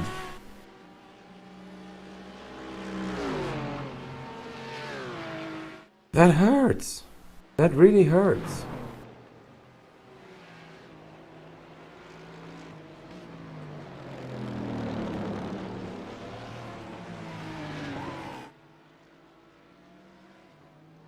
.349, it's getting more intense now. The new challenger, Urano Esports. That's gonna be a hell of a season for Team Heusingwelt. And I'm not sure how the BOP is with the BMW. Because that's the thing as well, the BOP will be a theme, a topic for the whole season like it has been before. Every race there will be changes, every race there will be people who are uncomfortable with how balanced of performance is. And there was a look from Pastor on the left side of the Mercedes, and they're putting up huge amounts of pressure now. But with that front end looking, well, beaten like that, how high is the chance that they might be overtaken again on the Dettinger Höhe? I mean, if Heusengard could stay close to Urano, then there is a chance they could stay back their spot, but they could also be fuel saving, tire saving. I wouldn't wonder if they went through on the whole, well, on one tire for the whole race, both of them. Got split screen, always taking the wider line to get a better exit. Oh, and that worked well in their favor, and they found the spot. They got through. They're side by side now, going to the Kasselchen at the kilometer 11 sign, but that might have been too early, just by a yard or maybe a few inches, because now they're on the inside, and so it's little kings that can help Mercedes, and they put themselves in front in a blocking position. But that is enough now. Get on the outside once more. Now they're heading up to the Mutkurve. Who will ease off the throttle? And it will be Mats Torge Husfeldt playing the smart game here. Not risking everything, not putting everything on a card, because that has... I mean, that could be a 0-point finish if those two crash and then fly out. I mean, you can get a fast repair and then a 2-minute penalty, but that would hurt. 2 minutes, that would throw them back to P7. So, Husfeldt is playing the smart game in that case. He's playing the long game. But Daniel Pastor definitely got into Husfeldt's head, and probably also into Sentkovsky's head. Let's see how this unfolds over this season. That might be a great rivalry.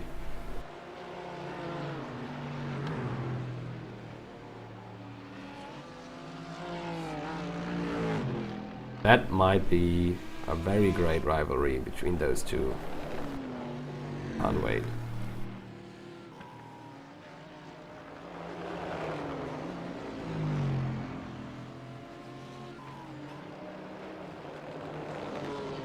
Whew, okay.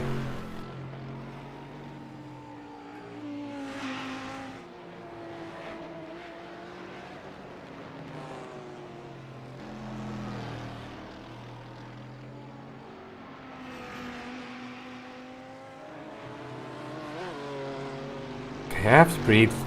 Everyone has to breathe. Especially Husfeldt.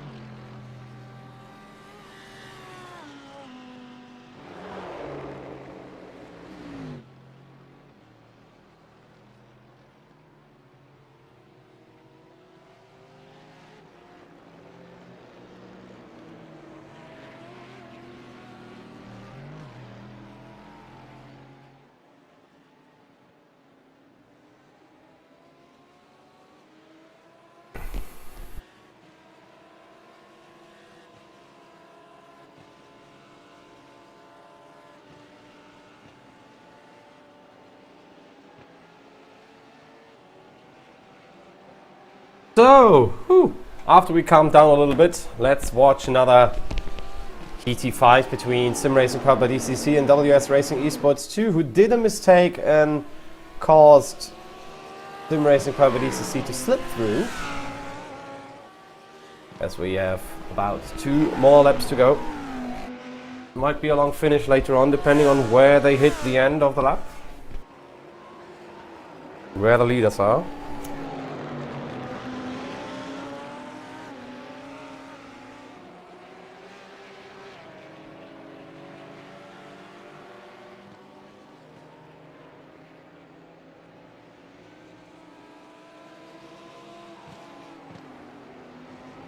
So let's watch closely. The gap is growing larger though. So that doesn't look like... Well, they're getting beaten anyway. By another Lamborghini. Coming through. Which is Epic Sim Racing Red. And they are on a charge towards P10. Towards some more precious points in the endurance body kit. With the more headlights. Flashing brightly in the rearview mirrors. A nice cozy evening with 31.3 air temp and 45 degrees track temperature. Still a wind from the south with about 16 kilometers per hour, which is about 9 to 10 miles an hour. At least moderate humidity and no fog at all.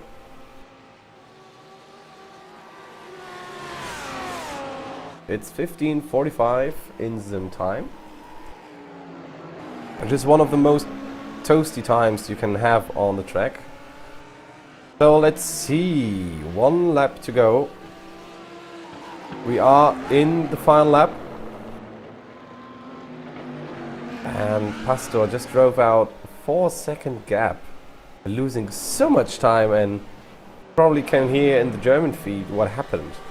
Maybe we'll get an interview with Heusingveld, who knows, or not.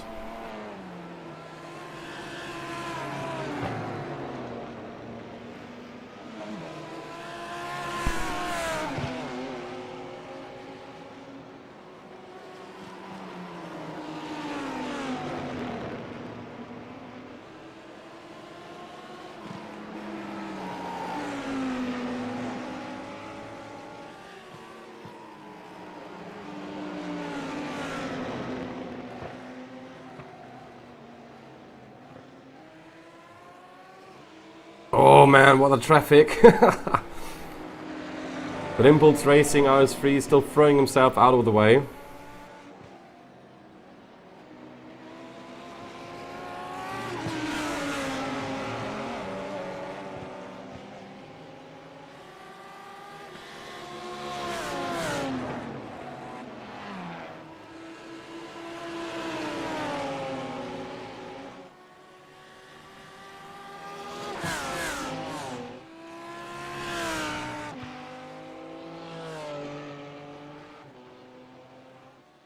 Let's see, 5-star Motorsport Blue, 3rd position, strongly.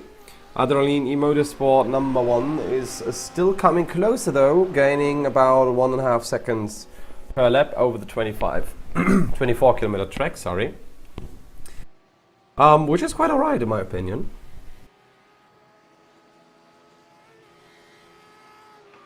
I mean, you have to think about it, 24 point something kilometers, and they're still just gaining 1 second. So let's see now. Epic Sim Racing Red should have the advantage in that situation, coming onto the Döttinger with the Audi Sport Bridge, which got changed in the last few years, so it now lights up in the dark. Oh, and the BMW is gaining even more. Look at that difference. Oh, he lifted. That's interesting. I hope that was the right idea to lift in that case, but they might run out of fuel soon as well. Let's look at the laps, 6.9 laps. Yeah, Kai Formelcher is saving fuel. Robert Lukaszek for the Epic Sim Racing Red Lamborghini in front of our camera. Doesn't need to. Should have plenty of fuel for this last lap to go.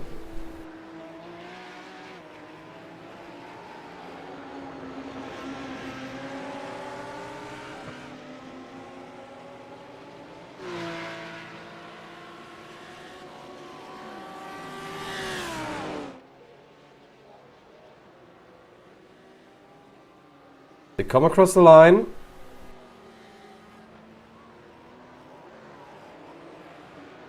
Stuff changed because Sim Racing powered by DCC went for the pits.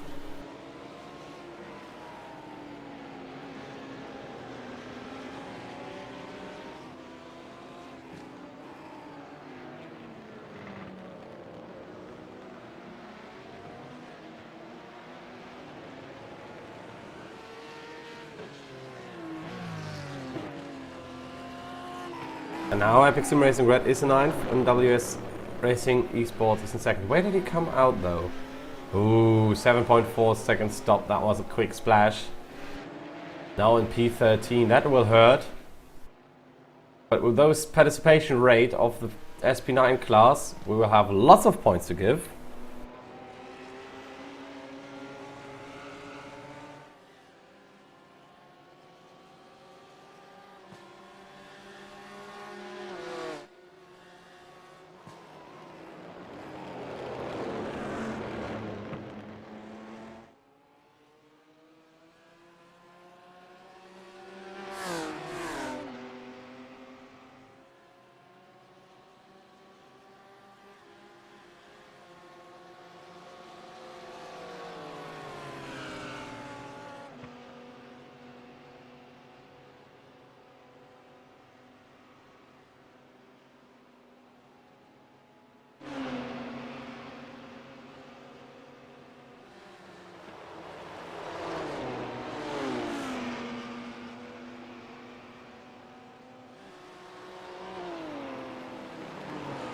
So let's see, Team RaceGitter.de, not the best race they ever had in P21 currently, but still the chance to get into the top 20 by getting past Alta Motorsports' Daniel Epkins. So not all hope lost for the guys to do the little fences for front of the cooling rack. Not everything is set in stone yet. As the leaders are on the Rettinger Höhe.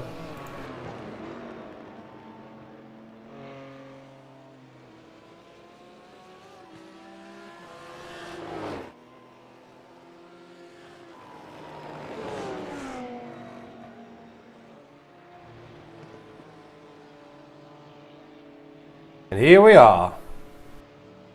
Rano Esports our way, turning onto the Rettinger Höhe. Let's see where are the rest of our P1s.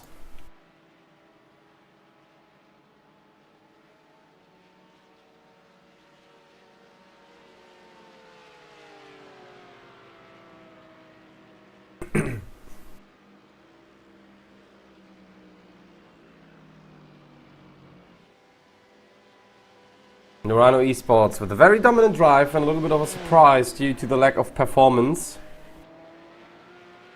from the SP3T.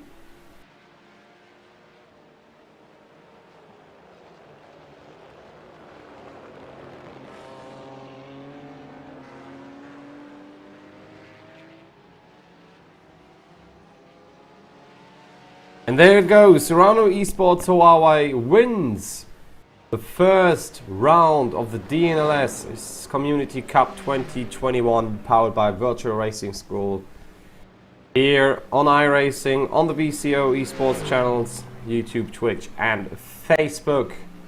We've seen another Porsche coming in from behind the 177, and the leader of the Porsche category, and actually the Cup 2 and also the SP10s are very close together. Did he lock up his brakes or did his engine brake? You never know with those guys. They're always doing some funny stuff here.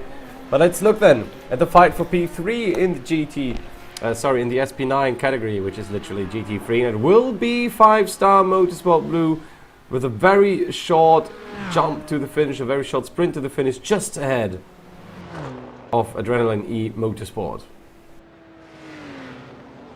So, where does our Envision STS with Vasilios Velatsuitis comes over the line?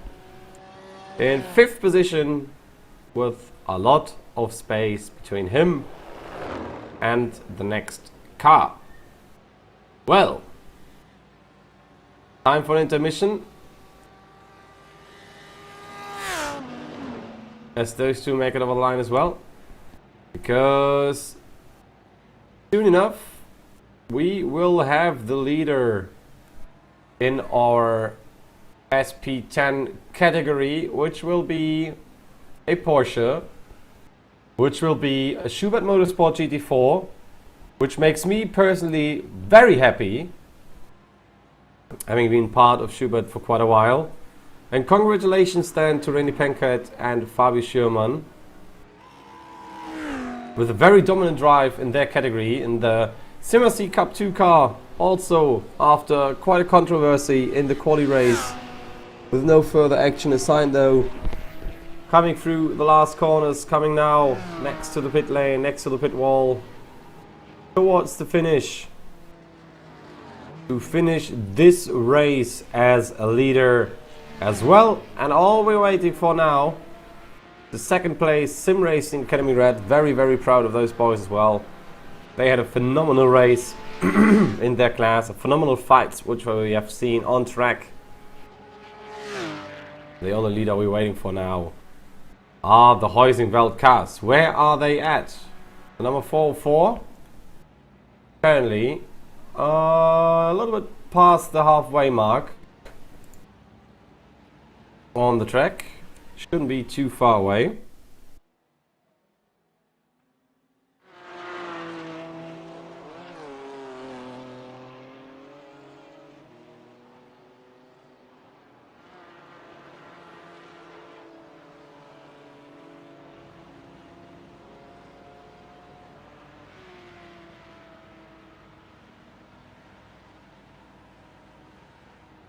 Let's keep on racing our Envision STS, the 333.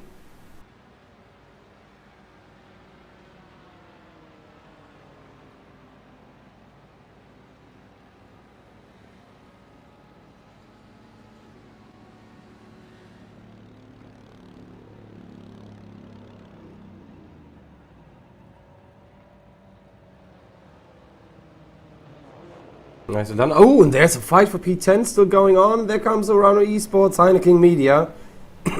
Sorry, Sebastian Schmalenbach still taking the position. Well done indeed. From the 91 car, from Sebastian Schmalenbach. And Kai Vollmischer can do nothing but watch. Losing his 10th position.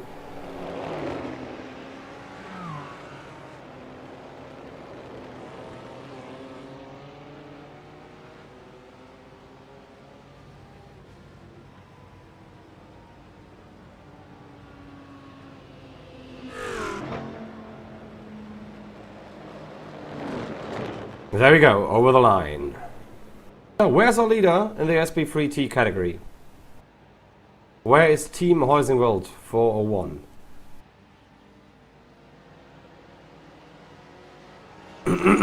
There they come. Onto the Döttinger now. Still followed by the sister car. And it's 4-4 again, Marcel T. Ahead of Michael Schöttler.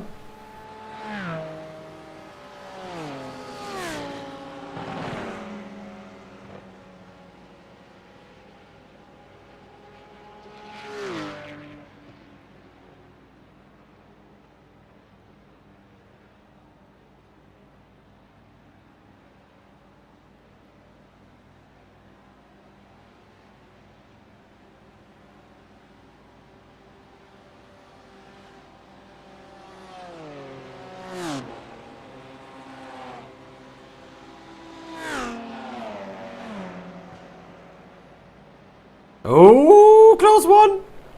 And they changed the positions. What a nice fight to the finish. Or is it? Is it done yet? We don't know, but Schöttler got past and now the 4-1 leading the 4-4 car. And that's going to be interesting. And there we go. Over the line comes Heusingwald, both cars. Nice swerving left and right. Very well done.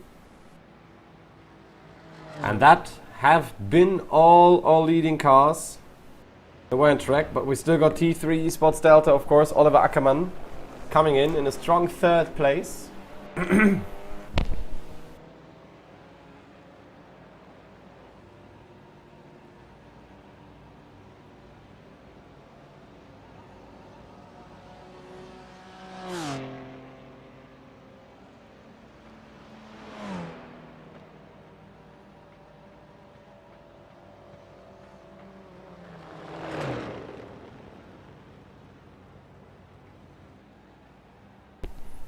And we will have non-official classification in a moment.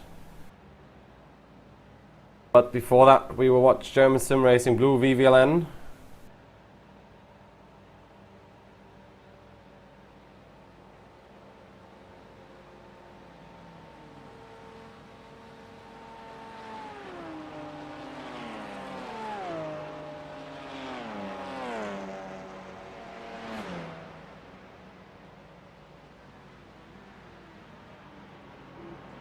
There they come, just behind GT Temple.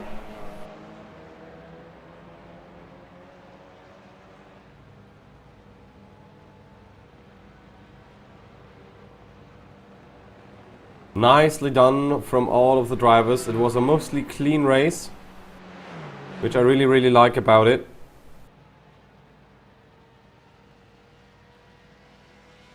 This is a race what we want to see all the time.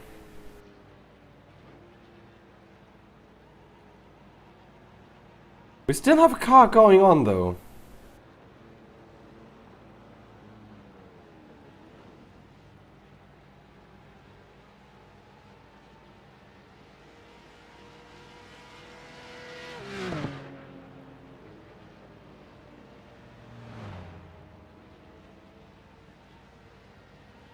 And they are where they are. Oh, they're on the Döttinger as well. We still got some cars that have to finish. Let's see who that is on the track map.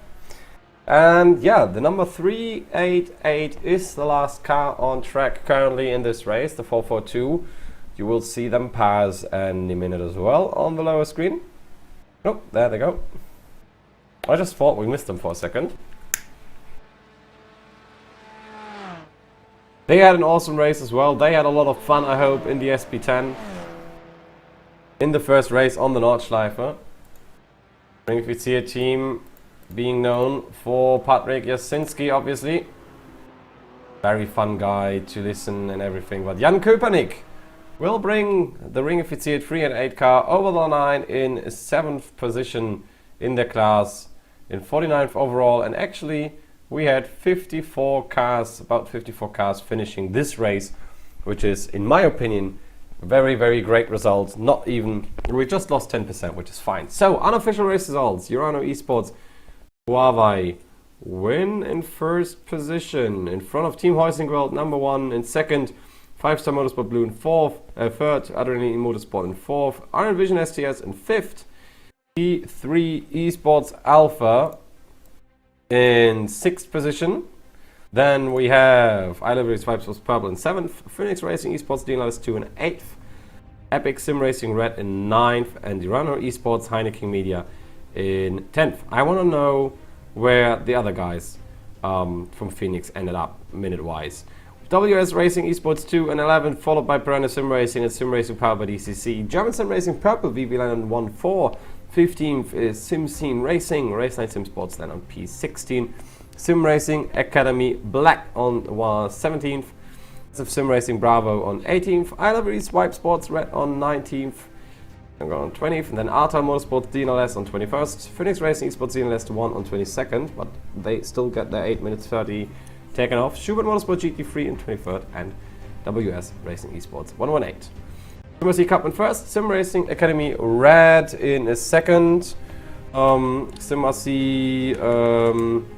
Cup 2 in third, WS Racing Esports, followed by Deutsche Payment Race Union Race Tech Performance Green, IS Sim Racing Schweiz Cup, Pro E Racing in 8th, RAF Esports Cup in 9th, and T3 Esports Beta in 10th position.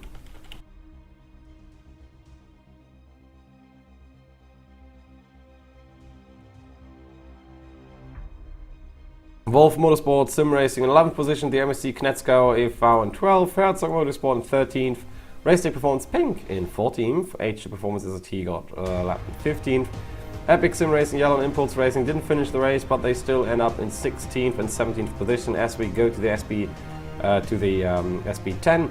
Schubert Motorsport wins far ahead of Adrenaline in Motorsport GT4 and Keep on Racing Iron Vision STS.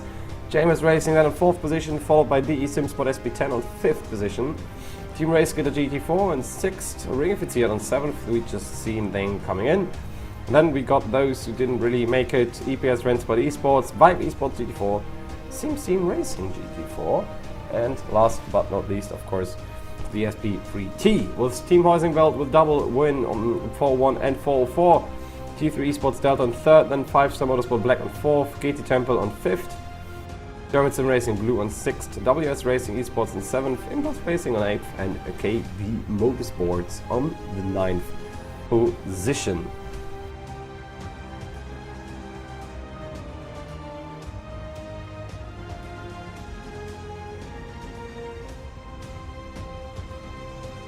So, those are the unofficial results, and we will be back with the calendar and a little resume in about 3 minutes, so hang on. You were moved.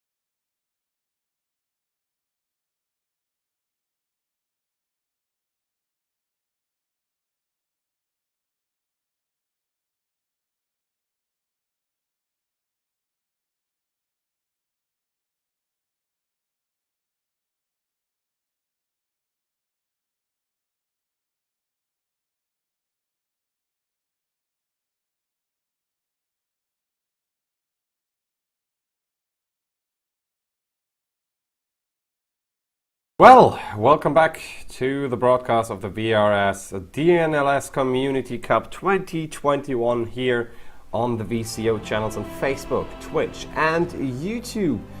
If you didn't leave a follow, a like, a thumbs up here on the video on Twitch or on Facebook, do it right now as we look at our calendar one more time, because this was the race number 1 on the 19th of March 2021. We will be here again on the 16th of April in 2021 with a round 2 of this amazing season, with a quali race and a 3-hour race afterwards. So a little bit changed from the original format that we know and loved. This one is even more packed with action. Having a sprint race in front of an endurance race is always a nice thing to have, looking at you Formula 1. So, interesting fact, 6th and 7th race will be on the 24-hour layout, and the 7th one can do it on the 30th of October 2021, which I am looking forward to. 8 hours of pure racing. Of course, you see your partners on the bottom, VCO, obviously, Sim Racing Deutschland as well, VRS, and of course P1 Media. Thanks especially to Ricardo Edelmann, who did amazing work in the productions, and I just can't thank them enough. Also, thanks to the Germans who were commentating, Mark Heil and Jörg Henning. My name is Tobias Brockmann, and I can't wait to see you guys the next time by. Have a good night and have a good weekend.